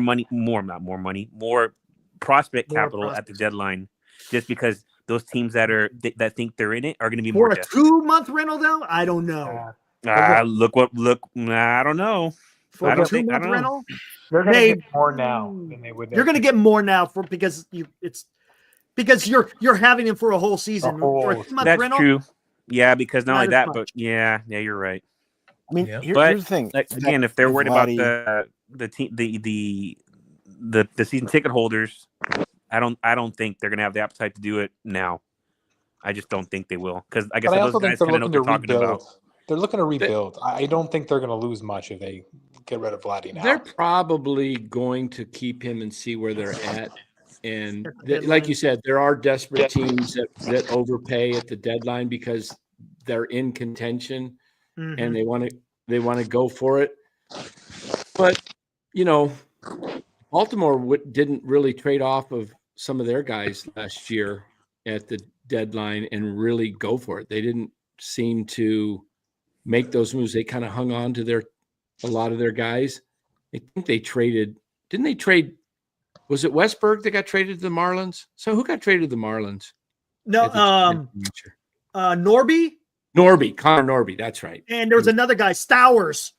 Dude, Yeah. Stowers hit a bomb at Oracle Park, man. It was a bomb. Oh, that's right. That's right. Ooh. But yeah, like Senior says, That's the one we saw? it happens all the time. There's a team, whether it's someone like the Yankees that will do it, or heck, the Dodgers could even do something crazy and try and say, okay, we'll put him at third base, Right. Vladdy, Or Freeman gets injured badly or something. Yeah, something like that. Yeah, if Freeman goes down or something like that, yeah, you could bet they will try to 100%. make a move. The other option is, Billy just said Alonso. I was going to say Alonso is out there, and I'm in for the A's, as in for the A's. Okay. I mean, Yo. he's out there. The Mets are having a difficult time coming to agreement with him. I think they eventually do. I think if a team like the Giants or somebody came up with an offer of more than $390, would probably take closer to $4,120. What I would offer Alonso is I would offer him a deal that gives him 5 years with a club option to buy him out in the 5th year. And it's somewhere around 4 years, 110, 120. And then he gets the 5th year where it pushes him up to like 140, but the Giants can buy him out. So let's say you give him 5 years, 140, but it's really 110, let's say, and then you buy him out for $10 million. He ends up getting 4 years for 120, which is $30 million a year, and also give him an opt-out after 2 years so that he could reset. If he's really killing it, then Eldridge comes up, and if let's say they're both here for the same time, and you got them both in the Vladdy, right? You're off on that would be huge. I'm just saying, if you're not on Vladdy, amazing. but you could make that type of move where an Alonso will actually put people in the seats. I mean, he's a guy that people love to watch. Put me in the seat. Yep. Of course. It'll put me on the bottle slide. But you could. Yeah, exactly. If you did it right, offer him the opt out after 2 years. So you know what? He's only opting out if he's having a great year, and then you can get out of it after 4. He's what, 30? Right. So 30. He's still, yeah. So I mean, I wouldn't go 5 guaranteed years, but 4 years with a buyout in the 5th. That way, the Giants say, "Oh, you know what? He's still hitting." And you know what? It also puts the onus on him if he has a good year that the Giants will bring him up for another year. Right. What did the Mets offer him? $390? $390 is what's been reported. So basically, he's wanting $30 million a year. So if they were to do $420, my only thing was if they give him the opt out, I don't think he'll come here if his goal is to, I don't know how much higher his numbers can get, but if his goal is to opt out and get more money, he's not going to come hit here because this is the last place you want to do. But what if the Giants get Roki? Does that make him maybe the Giants are doing something? I think money talks. Dan, were you surprised with all the money being spent? And, look at that Soto deal, that seems like a year ago now. But Soto signs for that huge contract. You got Vladdy's going to get paid. He's going to get the bag. And then you see what the Cubs did to Tucker today? No, what did they? They didn't come to an agreement in arbitration. They didn't come to an agreement. They didn't. So you trade for him, and you don't think he's worth? Yeah. Supposedly. Did they share the numbers? So you think that guy wants to just stick around? I'd be like, it's going to be like a bad Vlad. So you're going to say, "Fuck you." Now you're going to have to go to basically a hearing, and you're going to tear him down why he's not worth an extra $1 million or $2 million. Exactly. Yeah. What is that, dude? Guys, you know what that reminds me of, doesn't it? I know it's not the same kind of player, but what did the Giants do last year? JD Davis? Yes. Yeah. You imagine. Yeah. Yeah, arbitration is awful because you're basically presenting numbers to each other and why he's not, and you're hearing like, well, he doesn't do this, this, and this. Oh yeah, I think I'll come here and sign. Why don't you just trade me now? Yeah, right. How does Stroke the player? Ask for a takesies back season we love you. We just don't want to pay you. And those numbers are strange. Like Vladdy's getting like 28 million, and this is his final 20 season and a half. arbitration. Wasn't Tucker only around 15 million too? Yeah, he asked for 17.5, and they were offering him 15. And this is his final year too. I would have figured he'd ask for at least 20. Oh, you gotta be kidding! You're I gonna think in this day and age, that's cheap. And you just saved, and you're actually paying some of Bellinger. Unbelievable. Oh yeah, David Yu says they can still come to an agreement before formally going to arbitration. Still though, you've sort of put you sunk the dagger in. You just don't want to go to arbitration. You just don't want to. You know, I'm guessing the Giants are probably targeting Tucker anyways. Didn't they say they're in on him anyways? As far That's as what I'm trade saying. goes? They wanted to trade for him. Yeah. I wouldn't be surprised next year they go all in on him. But what if you're rolling with Matos? It's going to make it. I mean, it's a good problem to have. Don't get me wrong. Exactly. If he pushes his way into that lineup, then and you don't need him anymore, then you go all in on Vlad, I guess. But Matos has to prove it first. Wow, it's going to be interesting, man. I want the Roki stuff to be done with. The Roki stuff is huge. Whoever gets him, if we get Roki, 90 wins is, I think, not just a possibility. Dude, if we get Roki, I'm just excited. I don't care. Yeah, you'd be excited for the future. I don't care how many wins. I'm watching 6 years. Roki for 6, and then you got it's the puzzle. You got Eldridge coming, and you got Roki for 6, and it's coming together. But it's missed opportunity that always hurts us. Dan, would you prefer Bregman than Alonso? Bregman doesn't he seem like more of a professional hitter? He's more long term because of Eldridge. You know, right? He could play second base. Yes. I like his baggage. I like Bregman. He is a pull hitter, which would work well. That's short. It's pretty short down the field line. Right. I mean, I don't know. It's he just seems like the player that Posey's been talking about. He goes out there, plays hard. Yeah. Yep. And he's going to go out there almost every single game. I don't know. If they were to get Bregman and Eldridge were to come up this year, that entire infield would be locked in for the next I think that years. Fitzgerald showed us enough promise that we should give him a shot before the deadline, at least. But he did. I agree. But it's growing pains. I mean, the thing is, you tell me you take Fitzgerald over Bregman. No, seriously. For the money. Fitzgerald making about $1 million a year compared to Bregman making 20. Who cares about the money? Who cares about the money? But you have to. Everyone worry about the 9 on the field. Sure, I'd rather field the all-star team than But if you have a guy that can do it for less money, that was a big part of the success of their 2010 to 2014 World Series wins. I get it. They had they're not at that point. That's the problem. They're not. But if Fitzgerald shows he belongs, let's say this year he gets 400 at bats, he hits 25 home runs, steals 30 bases, hits 270. Hey, okay, right on, I'll man. take it. And your second base is locked up cheap for the next 5-6 years, and you don't have to focus on it anymore. You have someone that can handle it, and then you can go all in on those final pieces. But we can't build a winning team where everybody on the field's making 25 to 30 million a year. That's just not possible. So you got to have those guys, Hey, Dilly, if Fitzgerald shows he can do it, let's see him do it. That's fair. Dilly, on your little logo, whatever you call it, profile logo picture. there. Yeah, I think it would be more entertaining for the show if you put a picture of Kate Upton and said Justin Verlander's wife. I know you're. It'd be nice to look at Kate Upton for a little bit. But I what's this beeping here? Dan, I've said the last couple of nights on the show too that with all this, Eric and I banter back and forth, and I think we've come to somewhat of an agreement that when you've got 30. Is there, and Eric, you didn't have an answer. Neither do I know. Are there any other teams in baseball that have an ownership group quite like us with 30 people and then one guy's calling the shots and you're simply along. You're like a silent partner. You're along to say, how much did you make me this year? Exactly. I don't think you can run a professional ball team with 30 plus owners.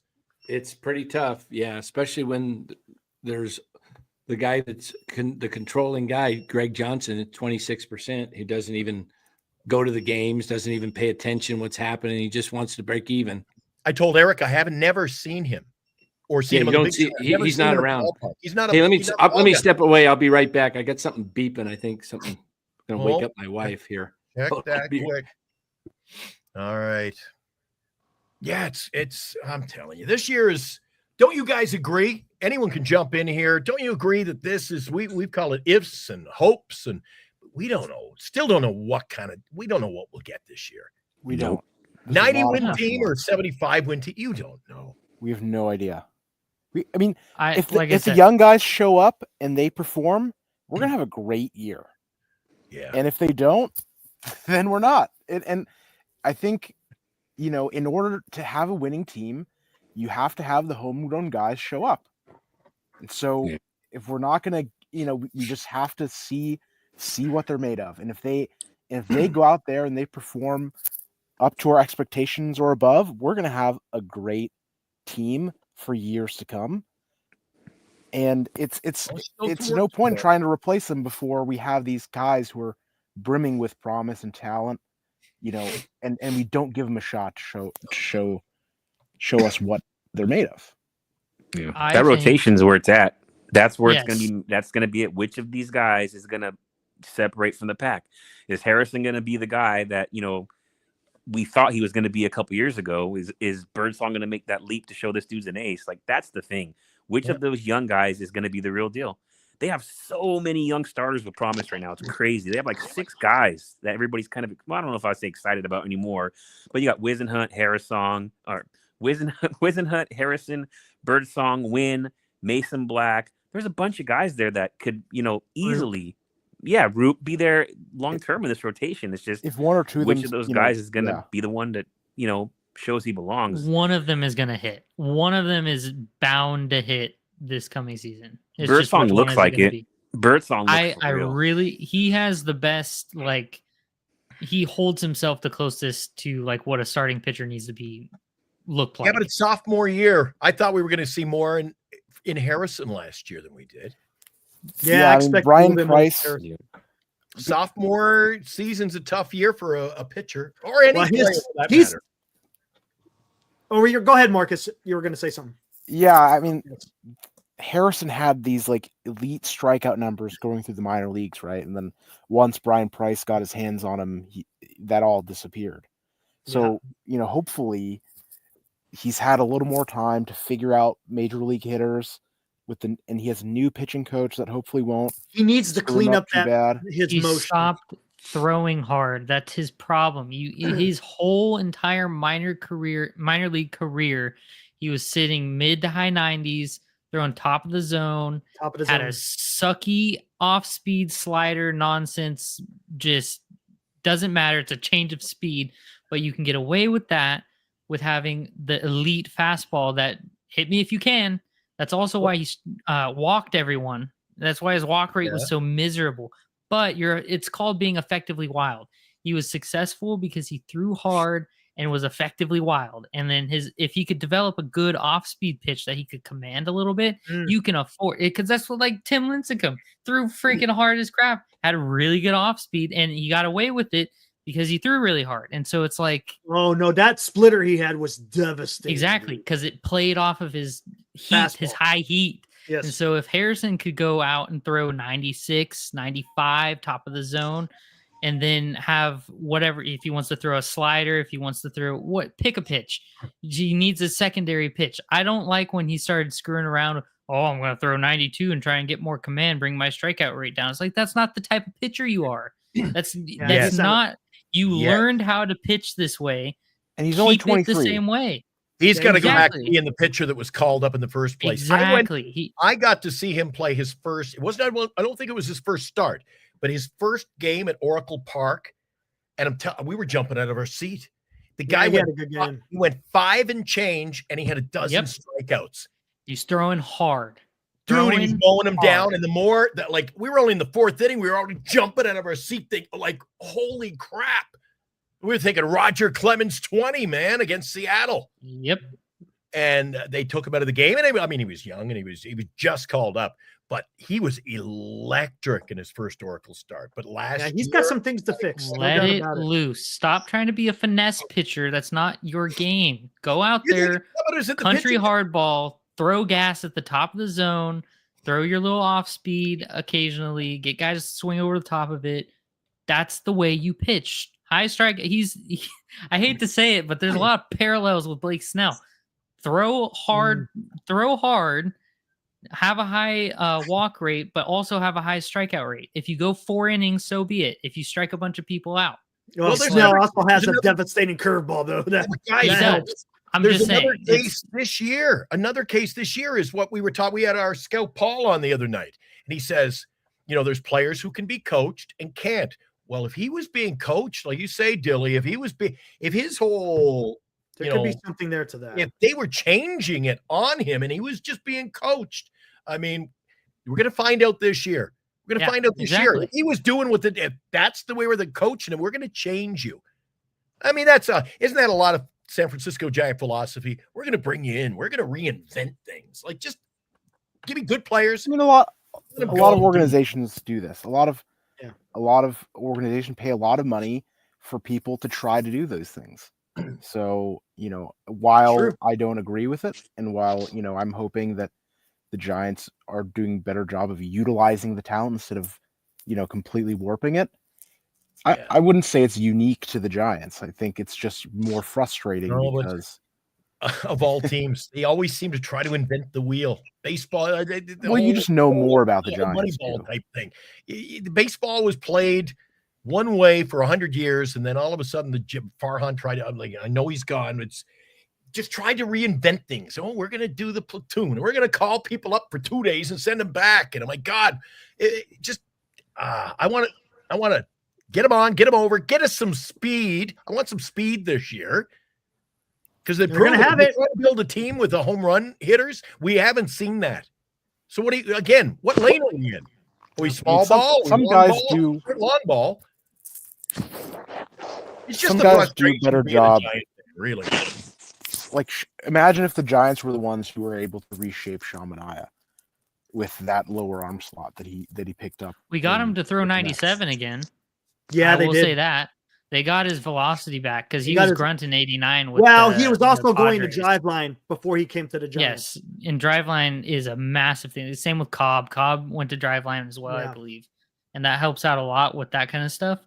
And then I think with his lower arm slot with the Mets is going to help him out a lot. You could see big things from Sean Manaea the next couple of years. I think he's got it. But like for the Giants, I think that with Harrison, I'm hoping he goes back to that. Just hit me if you can. It's only like same with, I think of Jake McGee from a few years ago where he threw 95 from the left side. And that was just it. That was all he did. He literally, when he was good, he was super good. But that's what I'm saying is like 95 from the left side, top of the zone, hit me if you can. That's like literally he needs to be told that's what you need to do. And the thing, hey, you know what though? Wisenhunt, he's a guy that throws the high 90s and has a devastating changeup. Yes, so his off speed it'll play. He may leapfrog Harrison, but to what JB said, and I think Dan, you were talking about that too. Harrison, man, he's the most valuable guy to trade. Oh, you're muted, Dan. You're muted. Sorry, I'm just playing around looking at some stats here and thinking about another pitcher that came with, huge pedigree, upside, minor league, great young lefty. And he's just a couple years older than Kyle Harrison right now. But I'm just looking at Kyle Harrison's first year in 23. He had a 4.15 ERA, only 7 games started, 34 innings. But last year he pitched 124 innings, 4.56 ERA. The other guy, when he pitched 136 innings in his second year, his ERA was 4.42. Then last year he had a pretty decent year, and that's Mackenzie Gore. And yeah, I like him. Gore's trade value, if you look at the baseball trade machine thing, his surplus is where did it go?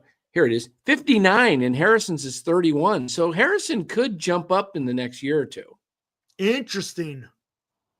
So it's kind of and is the value? I'm guessing the value not only is it the contract, But he's a lefty, right? Is that what? Right. He's a lefty, and he's starting to show more promise. His first year in San Diego, he wasn't very good. He got no. And I heard, Don Wilkes or Truth Wilkes, whatever. Oh yeah. Truth hurts Wilkie. Yeah. Truth. He said one night in the chat that lefties take a little longer to develop than. Right. I've heard that. Mad Bum came out smoking his first year, Yeah, Mad Bum just. Well, if you notice, Mad Bum, his release, his mechanics just seemed smooth. Yeah, he had to tweak a couple of things, but he just, like Harrison, man, he's got herky jerky all over. Harrison looks like Alex Wood when he pitches. Oh, he's got that jerky. Alex Wood. And it doesn't surprise me he had a shoulder impingement that Senior was talking about. You could see it. It just didn't look smooth. Yeah, you got to hope Harrison has a good year. Otherwise, that 31 is going to drop to 20 or less. But if he has a decent year, it could go considerably higher. It could. Because, lefties, everybody loves a lefty, especially one that can strike guys out. I agree with you guys. I hope he goes back to what he was doing that got him to the big leagues. Right. Exactly. Why change? If it's not broke, don't change. Exactly. Don't fix it, man. Yeah. Was it Price that changed it? Terrible. Who changed him? Price? It had to have been Price. It would be around that time because like I said, his whole minor league thing was that he was walking way too many people. Oh, we don't want to call him up because if he's walking 2 batters an inning, that's terrible. You can't do that. Yeah, but if he's striking people out effectively wild, you just deal with it. You can afford to have a guy like that in your rotation, and with the assumption that with age and time in the major leagues that walk rate's going to go down. He's going to get better at throwing off speed. He's going to get better at locating the fastball. It's all this stuff will come, but you don't want to screw him around and say, okay, well, maybe take a little something off and try and locate a little bit better. No, because now your off speed that sucks doesn't play off of the slower fastball, and it's all bad. Now everything what you got to do. Everything's bad or fair. Exactly. Nothing's jack of all trades. You don't have an elite. The thing that made you elite, you just took it away. So it's just became mediocre. Yeah. It's bad. I think. Thanks, Steven. Have a good one, man. Worst is that I think someone's going to get hurt or tired or whatever, and you're going to be down a pitcher at some point during the season. And my dark horse for the person who shows up and is like, oh my goodness, this is like our next Logan Webb, our homegrown pitcher, is Roop. I think Roop comes out and gets a fair amount of innings next year due to whatever cause it may be, injury. Verlander's neck falls off of his body, something like that. And I think Roop gets an opportunity and he's lights out. Well, here's another thing, and I heard you guys talking about it earlier. The problem with what they did with Harrison, like in the minors, he was, like you said, he'd walk guys, but he'd strike them out. They'd cut him off at 75 to 80 pitches. Which kills me. Just thwarted his growth. Why not stretch them out to 100 pitches? Now he's ready. I mean, golly. It's just, I know. Remember we were doing Harrison watches on the show, Eric? Yes, I went to his game. Me and William Senior went. Yeah. We were doing all these watch. When's he coming in? He's like, oh. Yeah. And we going, oh, they're going to stretch him out a little bit more, and then they'll bring him up. No, they just kept stopping him. Max 80. And they just totally thwarted his growth. It was so weird, man. I remember that. We bring up the box score for the River Cats. Oh, Harrison's out after 60 pitches. We're like, what? Yeah, 4 innings. Remember he had like a no-hitter? He struck out half the batters. No-hitter, 1-hitter, and they're like, oh, we're going to take him out. Yeah, something like that. I thought, well, maybe they're just trying to save him for the playoffs. But nope, they just. Yeah, maybe he's getting on a bus to come to San Francisco, and that's why they took him out. No, that's just not true. That was whoever that was. I guess that was all Farhan's leading, or whoever was. Or it was Kyle Haynes. Maybe it was Kyle Haynes. It's funny. I hope it wasn't Kyle Haynes because he's still there. Yeah, that's a big thing in baseball. Jeff Passan talked about it, talking about how many pitchers in the prospects in the minors, how many are going 5 innings plus. It's literally like not even 20%. And it was only not that long ago. It was like at 60 or 70%. So I don't know what Major League Baseball is doing with this, but they're not stretching these guys out. And you wonder why when they get to the big leagues, everyone's blowing out their freaking damn elbow. The game's changed. And look at the postseason, guys. Look at the postseason when a guy goes, we got a solid out of 2 innings. Maybe the Giants need to be the first team. You know, they broke the female coaching barrier. Maybe they need to go sign some AI pitchers. Yeah. Right? Why not? If anybody would. That reminds me of that Twilight Zone. The Casey at bat, man. It was a scientist freaking built a robot to go out there and pitch. The may be coming. Like, hey, you gotta have 9 men, and this is not a man. And then they put a heart in him, and then all of a sudden he wasn't effective anymore because he became a softie. All those shows had that. Herman Munster was the only guy. He tried out for the LA Dodgers, Eric. Oh, that's right. Herman ran out of baseballs. That was great. Herman Munster. We have my guy. Yeah. Yeah. Who is this guy? We can't keep the ball in the ballpark. Well, we got a lot of work to do, guys. It's going to be a great off season. And one of the things that I said it on the show last night, Dan, Lou Marsden brought up a great point when he was talking to you last night. And he said, can this organization please stop with the nostalgia? And, we got to keep these guys around, the Yaz's and the Lamonts, late night Lamont. I hate the whole nostalgia thing. Yeah. I mean, like they don't want to trade. It's like they're afraid to trade people. I mean, it's not like these guys are like Willie Mays, right? Or right. I mean, B-Craw. Well, and these guys are arbitration guys, so it's not like they're not free agents. So it's just letting go of the arbitration guys is great. Would be crazy. Like the last, we know why, but the last few years under Farhan, there, you look at Snell. What a wasted opportunity last year. A trade not made. Hey, here's something I brought up on my show last night, guys. The Giants need a left-handed bat, right? I mean, Yaz is in there and Wade. That's pretty much it. And I guess you got Bailey too. But wouldn't you rather have a guy that can hit, and he doesn't play as good a defense, but he's got some decent speed and he hits for average? Wouldn't you rather have Jesse Winker than Yaz as a fourth outfielder? Jung-Hoo Lee's lefty, right? I was going to say Jung-Hoo Lee's left. Jung-Hoo Lee, that's right. But Winker's he's like 3 years younger than Yaz. He's got some decent speed, and he's a gap hitter. Yep. He can, and he's like 30 plus points higher batting average than Yaz. Yep. I picked him up in the fantasy league. Playing fantasy, you get kind of to see, because we watch it every day. You get to see what a lot of these guys do on a day-to-day basis. And Winker, I picked him up in the free agency last year. And dude, what a find. The guy, and you saw how he produced. Do a stat cast on him, Eric. Do a stat cast on Winker and Yaz. And they're pretty, even though Winker's played a year or two longer, I think Winker came up in, not sure if he came up in 17 or 18. He contributed. Yaz came up in 19, but I'll go to the last 4. Yeah. Eric's the last 4 kind of guy. Oh, yeah, you do the. That's right. You got the. I only have the one where I can do either their whole career or the last year. One thing is that handedness sort of matters, but it can be deceptive too. Like Conforto's like handedness splits were not, typical for a left-hander either. So, him being a left-hander doesn't mean that he's going to be better against, the right-handed pitching if his handedness splits show that, he's not. And to me, a big part of that's all cool and all saying we need more left-handed bats. Oh, we need more right-handed bats.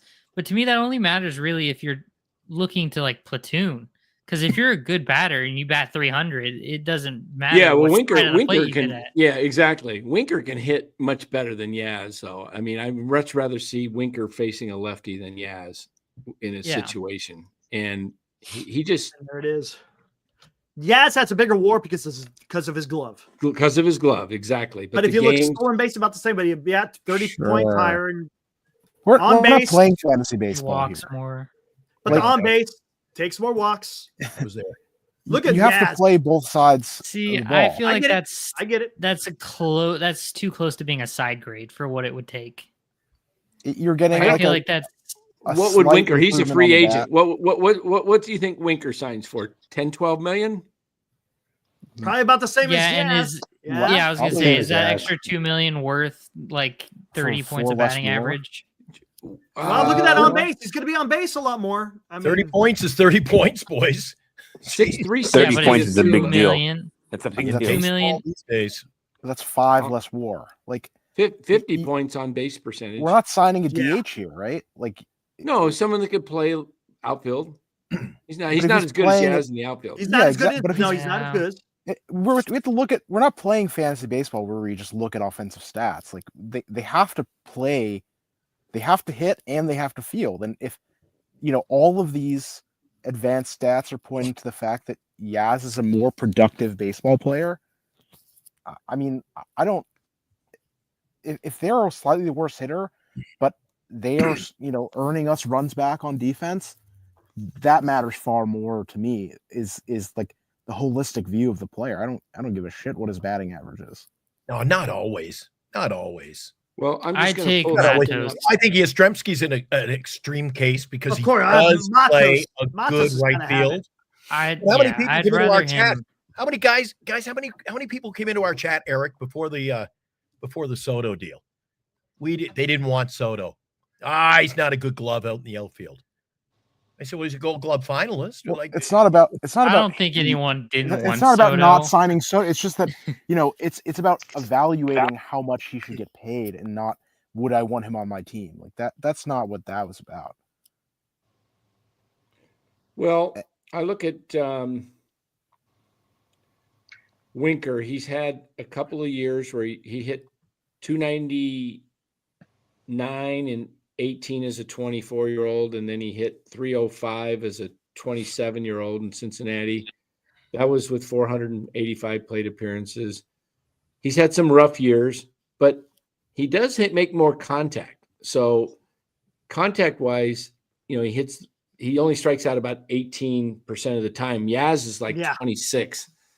And when you got runners in scoring position, the worst thing you can have happen is a strikeout. Well, I guess a double play, but it's just, I think you need to find guys that actually start getting on base on this team and can move runners along, and where you can make incremental improvements.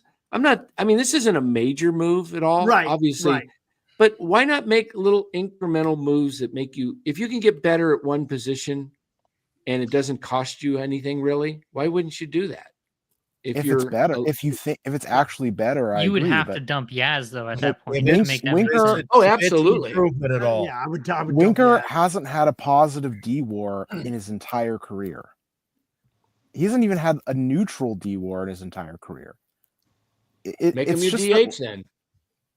But Then he could you're be a not going to DH. sign. But you're not going to sign a guy like this to be your DH. He's not. Well, he's not a good enough occasionally. hitter to be a DH. You Sure, got you Wilmer Flores, who would. I'll tell you what be- the Giants are doing this year with There their you DH. go. They're not going with the traditional DH like Soler, like they tried last year. They're going to I heard Melvin say they want to give different guys a spot, give guys a day off. You might see Chapman in the DH one day. You might see Adames.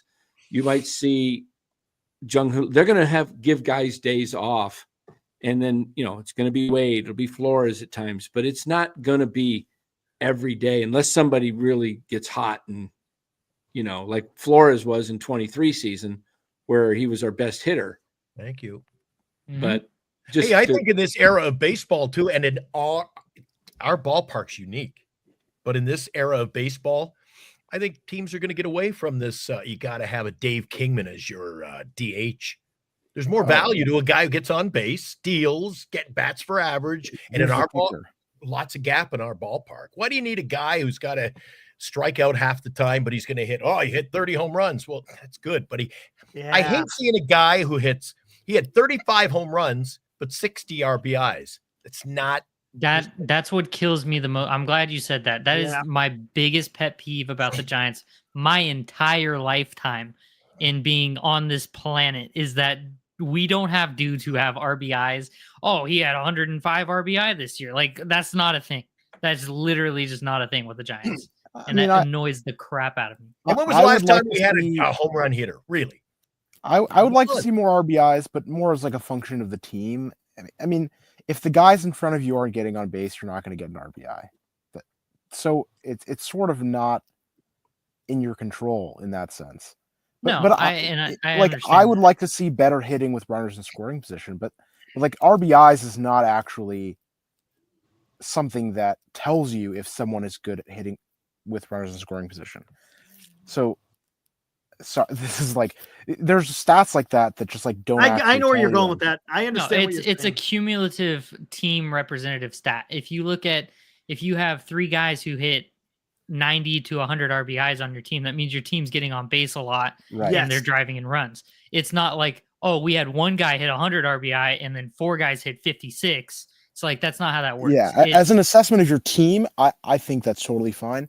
I just, it's my pet peeve when people are citing individual players' RBIs as like an indictment of them, when it's like, if the guys ahead of them don't get on base, they're not going to get RBIs. No, it's a total team stat. It's a collect. You have to look at the amount of guys with high RBI numbers rather than the guy who has a lot of RBIs. I think it says more about a guy who has high RBIs than it does with someone who has, because you can have low RBIs, but no one's getting on ahead of him. But if you got a guy that has a lot of RBIs, that's telling me he's getting a hit with when guys are getting on base ahead of him. Yeah. I mean, we also live in a very fortunate position in time where we get to see these granular stats. We get to see how good they are with runners in scoring position. True. Because all these things are documented now. Yep. If you want to know how good someone is at being clutch, you can just look it up. Plus. Yeah, you can just look it up. You don't have to like extrapolate from RBIs and vibes. You just can Google it. Exactly. Marcus, but when you're my age, man, you'll look back and you'll say, stats are one thing, and what we think he should get paid is one thing. But at the end of the day, a good ball player is a good ball player. What would you guys say about a guy who has played on some good teams, Oakland, Toronto, with some good players in front of him, but has never had any RBIs but once over 80 in Matt Chapman? He had 91 RBIs in 2019, the juice ball era, where he hit 36 homers. That's weird. 36. But he did get 80 one other time in 21. But Chapman, maybe he's a victim of that same situation, though. Yeah. Wait a minute, I read the wrong. He didn't get 80. That was based on balls. He's only had 90 over 80 once. I've looked at because what's his name? Haruku keeps bringing it up. I did a deep dive into Chapman stats, and he has like 117 weighted runs created plus with runners in scoring position. But can't you just look at the eye test and see how many times he just failed? But your eye is not. Last year, that was ugly. Yeah. What was he last year? I don't know, but it was awful. I believe I was looking at for last year's stats, and it just looks.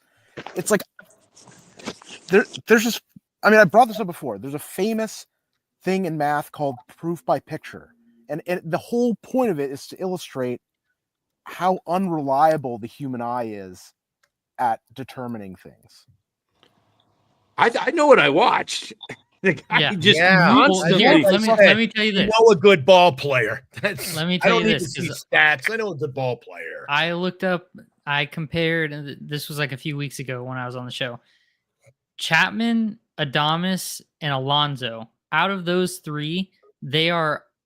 Last year, they struck out all within like 2% of each other. Right. But Adames was productive.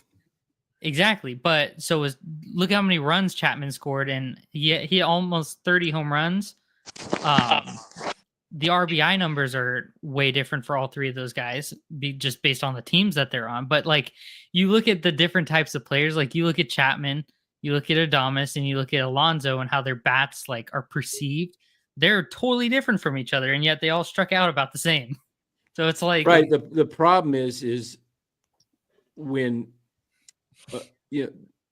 Chapman didn't come through, and a lot of his strikeouts were in big situations when you just needed to put the ball Well, we were That's also the issue. in And here more we of go. these situations like that were we were relying on this guy to do this stuff, but that's a product of the team being in more dire situations.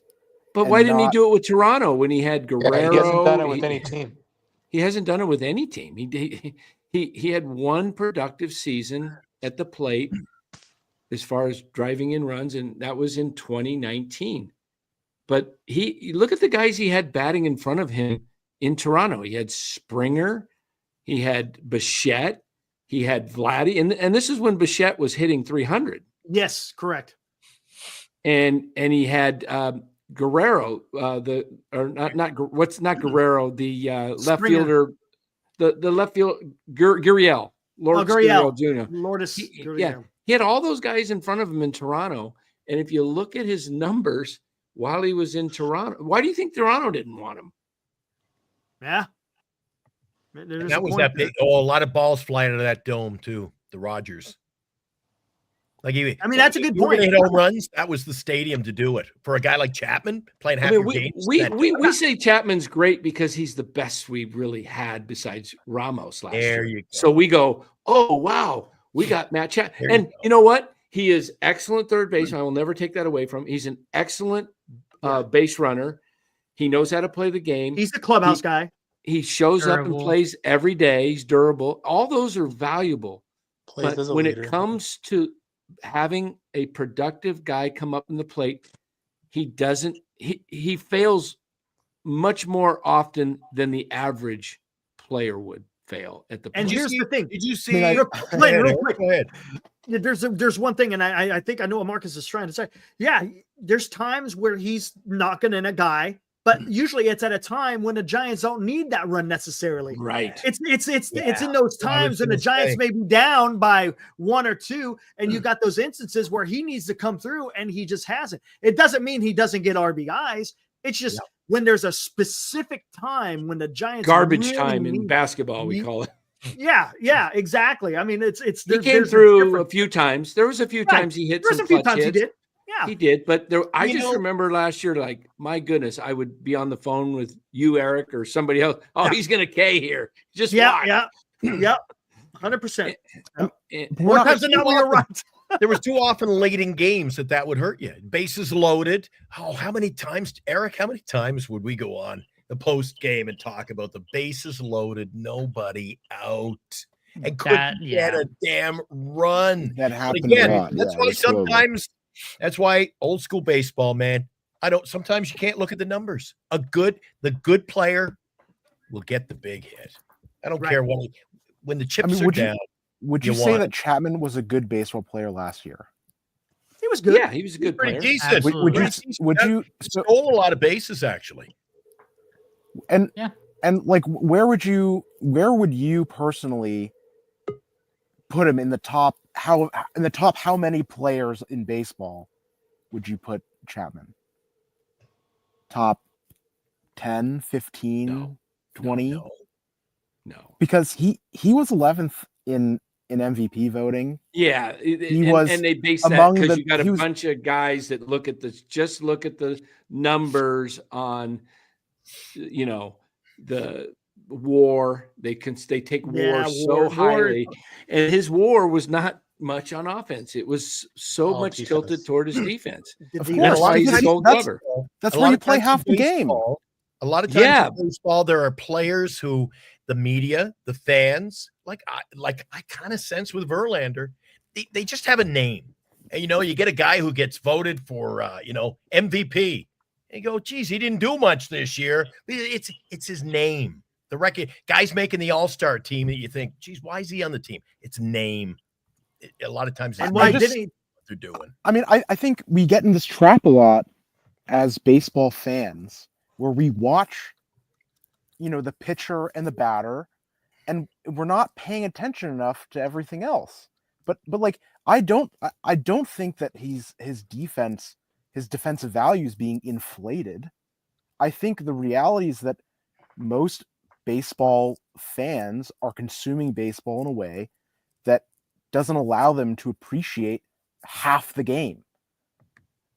It's like they're spending their time on the field fielding the ball.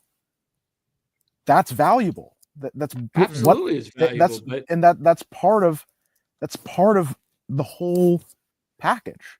And so when we But they say also like play half their game batting too, so Yeah. they play less. How many innings are they out in the field versus how many innings do they get in a bat?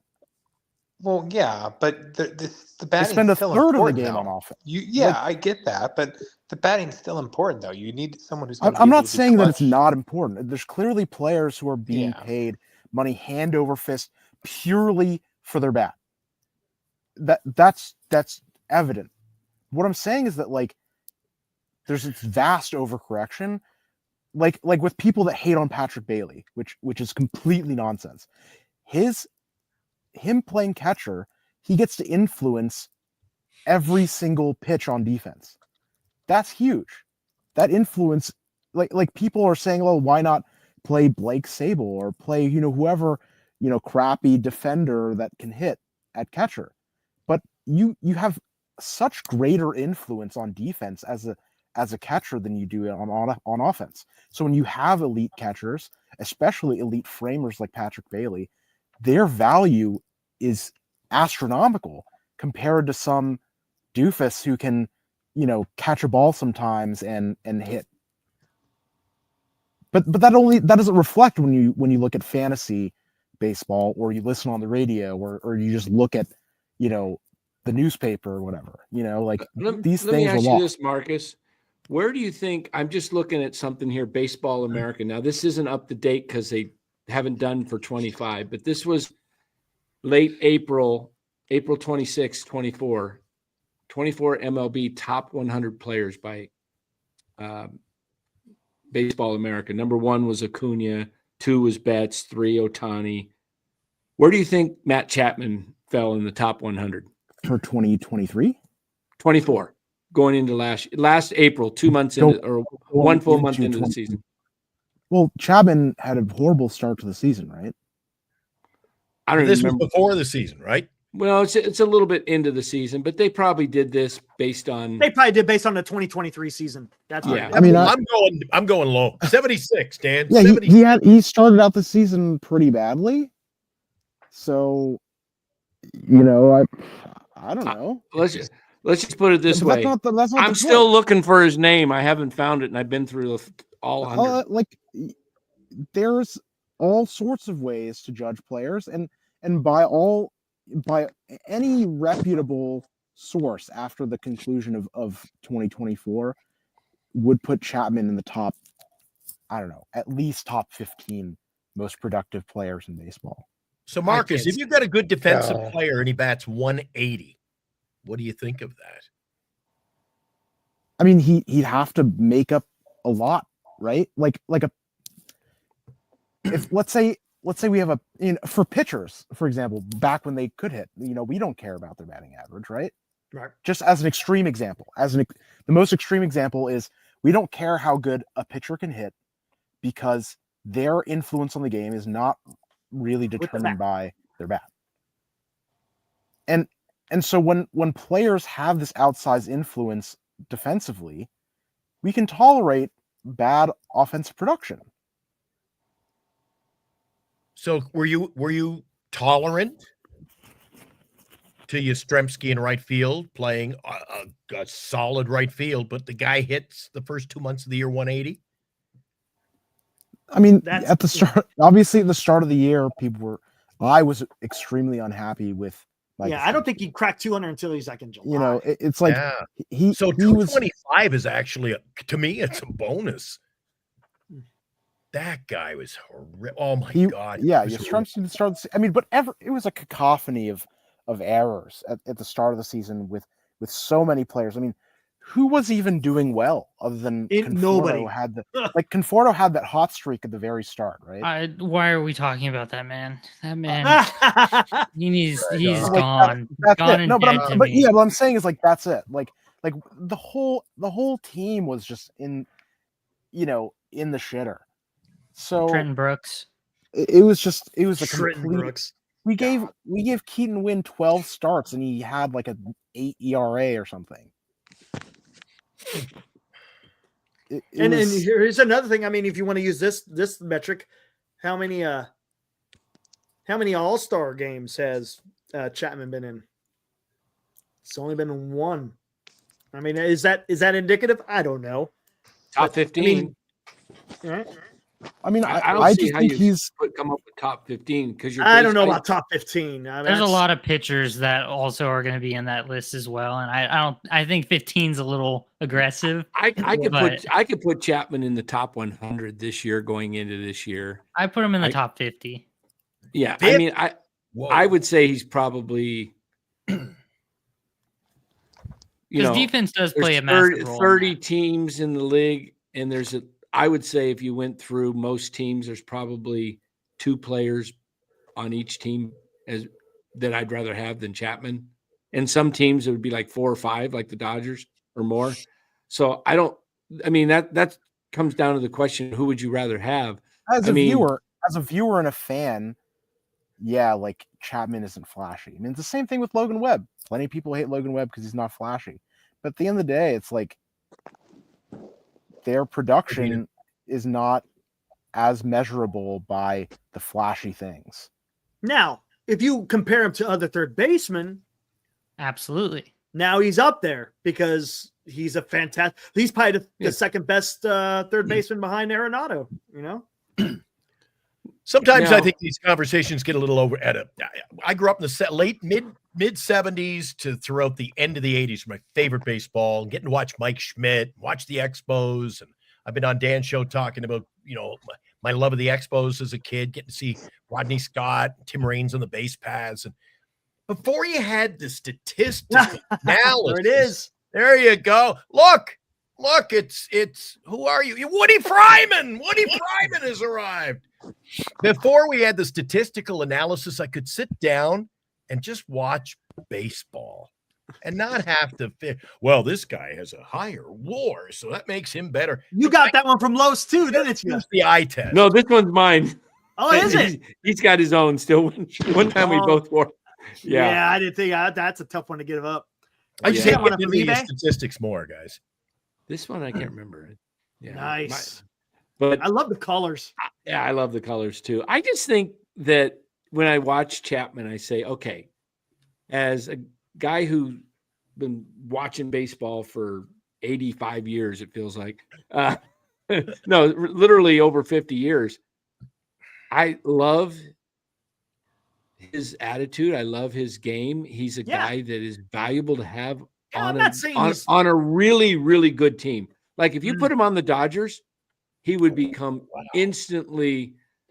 He might make an all-star team. Give an example. I think you're going to see bigger things from Conforto this year. I do too. I have predicted 25 homers. Why do we keep talking about this guy? This guy is just like any Giant anybody that the Giants sign and like bring onto this team, if they would have gotten Flaherty, if they still get Flaherty, I don't want Flaherty, but the second he signs with the Giants, I'm a Flaherty fan. I like him. I despise Conforto. I just wish he would have gone away the second he signed on this team. Well, you're going to despise him when he's launching them into our outfield. You know what? He can't hit in Oracle Park to save his life, so it is totally fine. His home and away splits were insane. Go hit 35 home runs with the Dodgers. I give none. 20 homers last year, 17 on the road, I think. Yeah, I give none. He can go, like I said, hit 35 bombs, be an all-star on the Dodgers. I give none. Yeah. So you bat him in the warm weather in LA in that ballpark? How many is he going to hit, Dan? 30, 34. 25, 26, 27. And I hope he does, because I don't have to watch a single one of them happen. I give none. Bat 300, be an all-star. I just don't want to see your face. Oh, Daly, we take the good to bad. I've heard about, I have to hear about the polar bear anymore, so. Well, that is significantly slowed down in recent weeks. That is like, you haven't had to hear any chirping about the big man Pete. Yeah, he's disappeared from your little icon there. I noticed that. I'm just trying not to be. I'm trying to settle with the fact that he's just not going to sign with the Giants. Yeah. I just want him to sign at this point. This is what I was saying the other day. I was like, I don't care where he signs. I just want him to sign. I just want according to Paul Heyman. Listen to me going with the wrestling. According to John Heyman, the Giants are interested, but they're reluctant to give him his asking price. I mean, it would make so much sense for him to sign with us, but what Dan said, nail on the head. I think that would be the absolute most ideal circumstance for the Giants, because you get everything you need in a bat, and then you also get the security blanket next year when Flores and Lamont are gone, of having a first baseman in the event that Eldridge, God forbid, gets hurt, doesn't turn out, whatever, isn't ready, needs time to cook. That's fine. You have a solid backup plan. And if Eldridge does come up and is solid, well, then guess what? Now you have a phenomenal DH and Eldridge at first. And what better power production could you ask for in that? Yeah. You're not a good car salesman, man. You haven't sold me yet. You got producer Ryan upset, Dilly, with Conforto. Yeah, there it is. I knew he was coming. I knew it. Oh, here we go. Here's a funny stat for you. Glenn, back me up.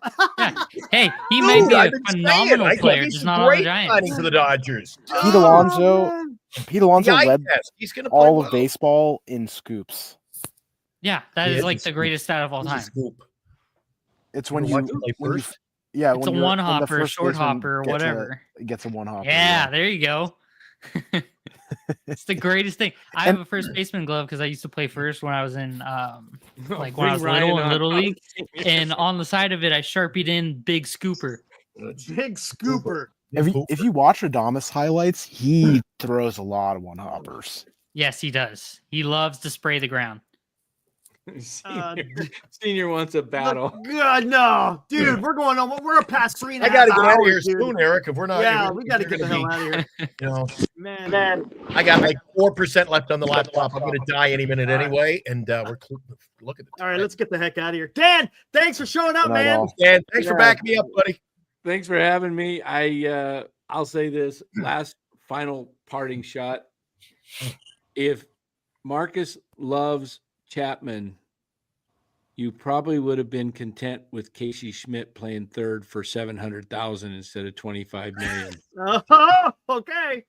Because he's got a great glove, yeah. And he actually hit better average in limited at bats than Chapman last year, and he's younger, and the Giants never gave him a shot.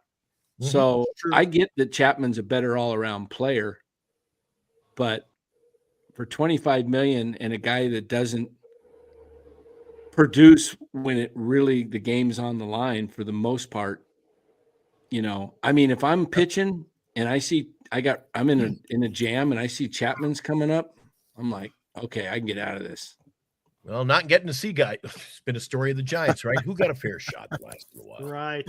Hey, Dan, I like new Dan. I like the new Dan. Would you have an epiphany or something? You see, you're like at a maxi pad commercial. I see you running down the beach and you're throwing your arms in the air and maxi pad. I don't understand. I don't know where that. All right, I don't know what you're watching, Glenn. What are you talking about? That's my sign. Hey, to Danny. It's January 10th in Canada right now. It's too late. All right. See you guys. See you, Marcus. Peace out. See you, Dell. Oh my God, dude. What does that even mean, dude? I don't even understand. Oh, he's gone. All right. See you guys. All right, Eric. What a long show. What a spirited chat tonight, buddy. That was great. It's amazing. What's going to happen when we got something to talk about? We're going to go like 8 hours. If we can go 4 talking about F all, what are we going to do when something breaks? Yeah, we're cool. Smart. Everything's good. Smart TCG. Smoke. Everything's good to go. Except I will never compare Dan in a maxi pad commercial. Dude, what did that even? Dude, that doesn't even make sense. Dude, I'm telling you. Every time I see a commercial on television, they're running. I go, yeah. Or you ever see a soda commercial, Eric? They're running on the beach, carefree. I go, yeah. Well, there you go. That's better. Pepsi, I don't. That's better. How about this? How about it's a Coke commercial and everybody's happy. Coke. There we go. That's much better. And one of those things that Eric, I haven't even seen them. What are those things? And they use them in the Olympics. You see the gymnasts, they have the longs, they get the streamers going. I'm like, what the hell? Good God. I don't even even the beach I knew was, what was it? You know, I was the kid on the beach, and the bully would come along, kick sand in your face. Yeah. Man, I'm out of here. I'm tired. I had a long damn day, and we went way long. But that's dare I ask? I'm not gonna. What's the topic tomorrow? But I'll leave that for now. Don't know. All right. See you guys tomorrow night at 8. Guys, thanks to everybody who came in the chat tonight. Good forum, good round table. Eric, good job as usual, buddy. Actually, Dan, thank you very much for coming on. Dilly, Marcus, Vince, and Vita, you guys all were fantastic tonight. I appreciate you guys coming on. You guys are awesome. And I will never compare any of you guys to a Maxi Pad commercial. I might. We'll see. All right. See you tomorrow night, Eric. Woo!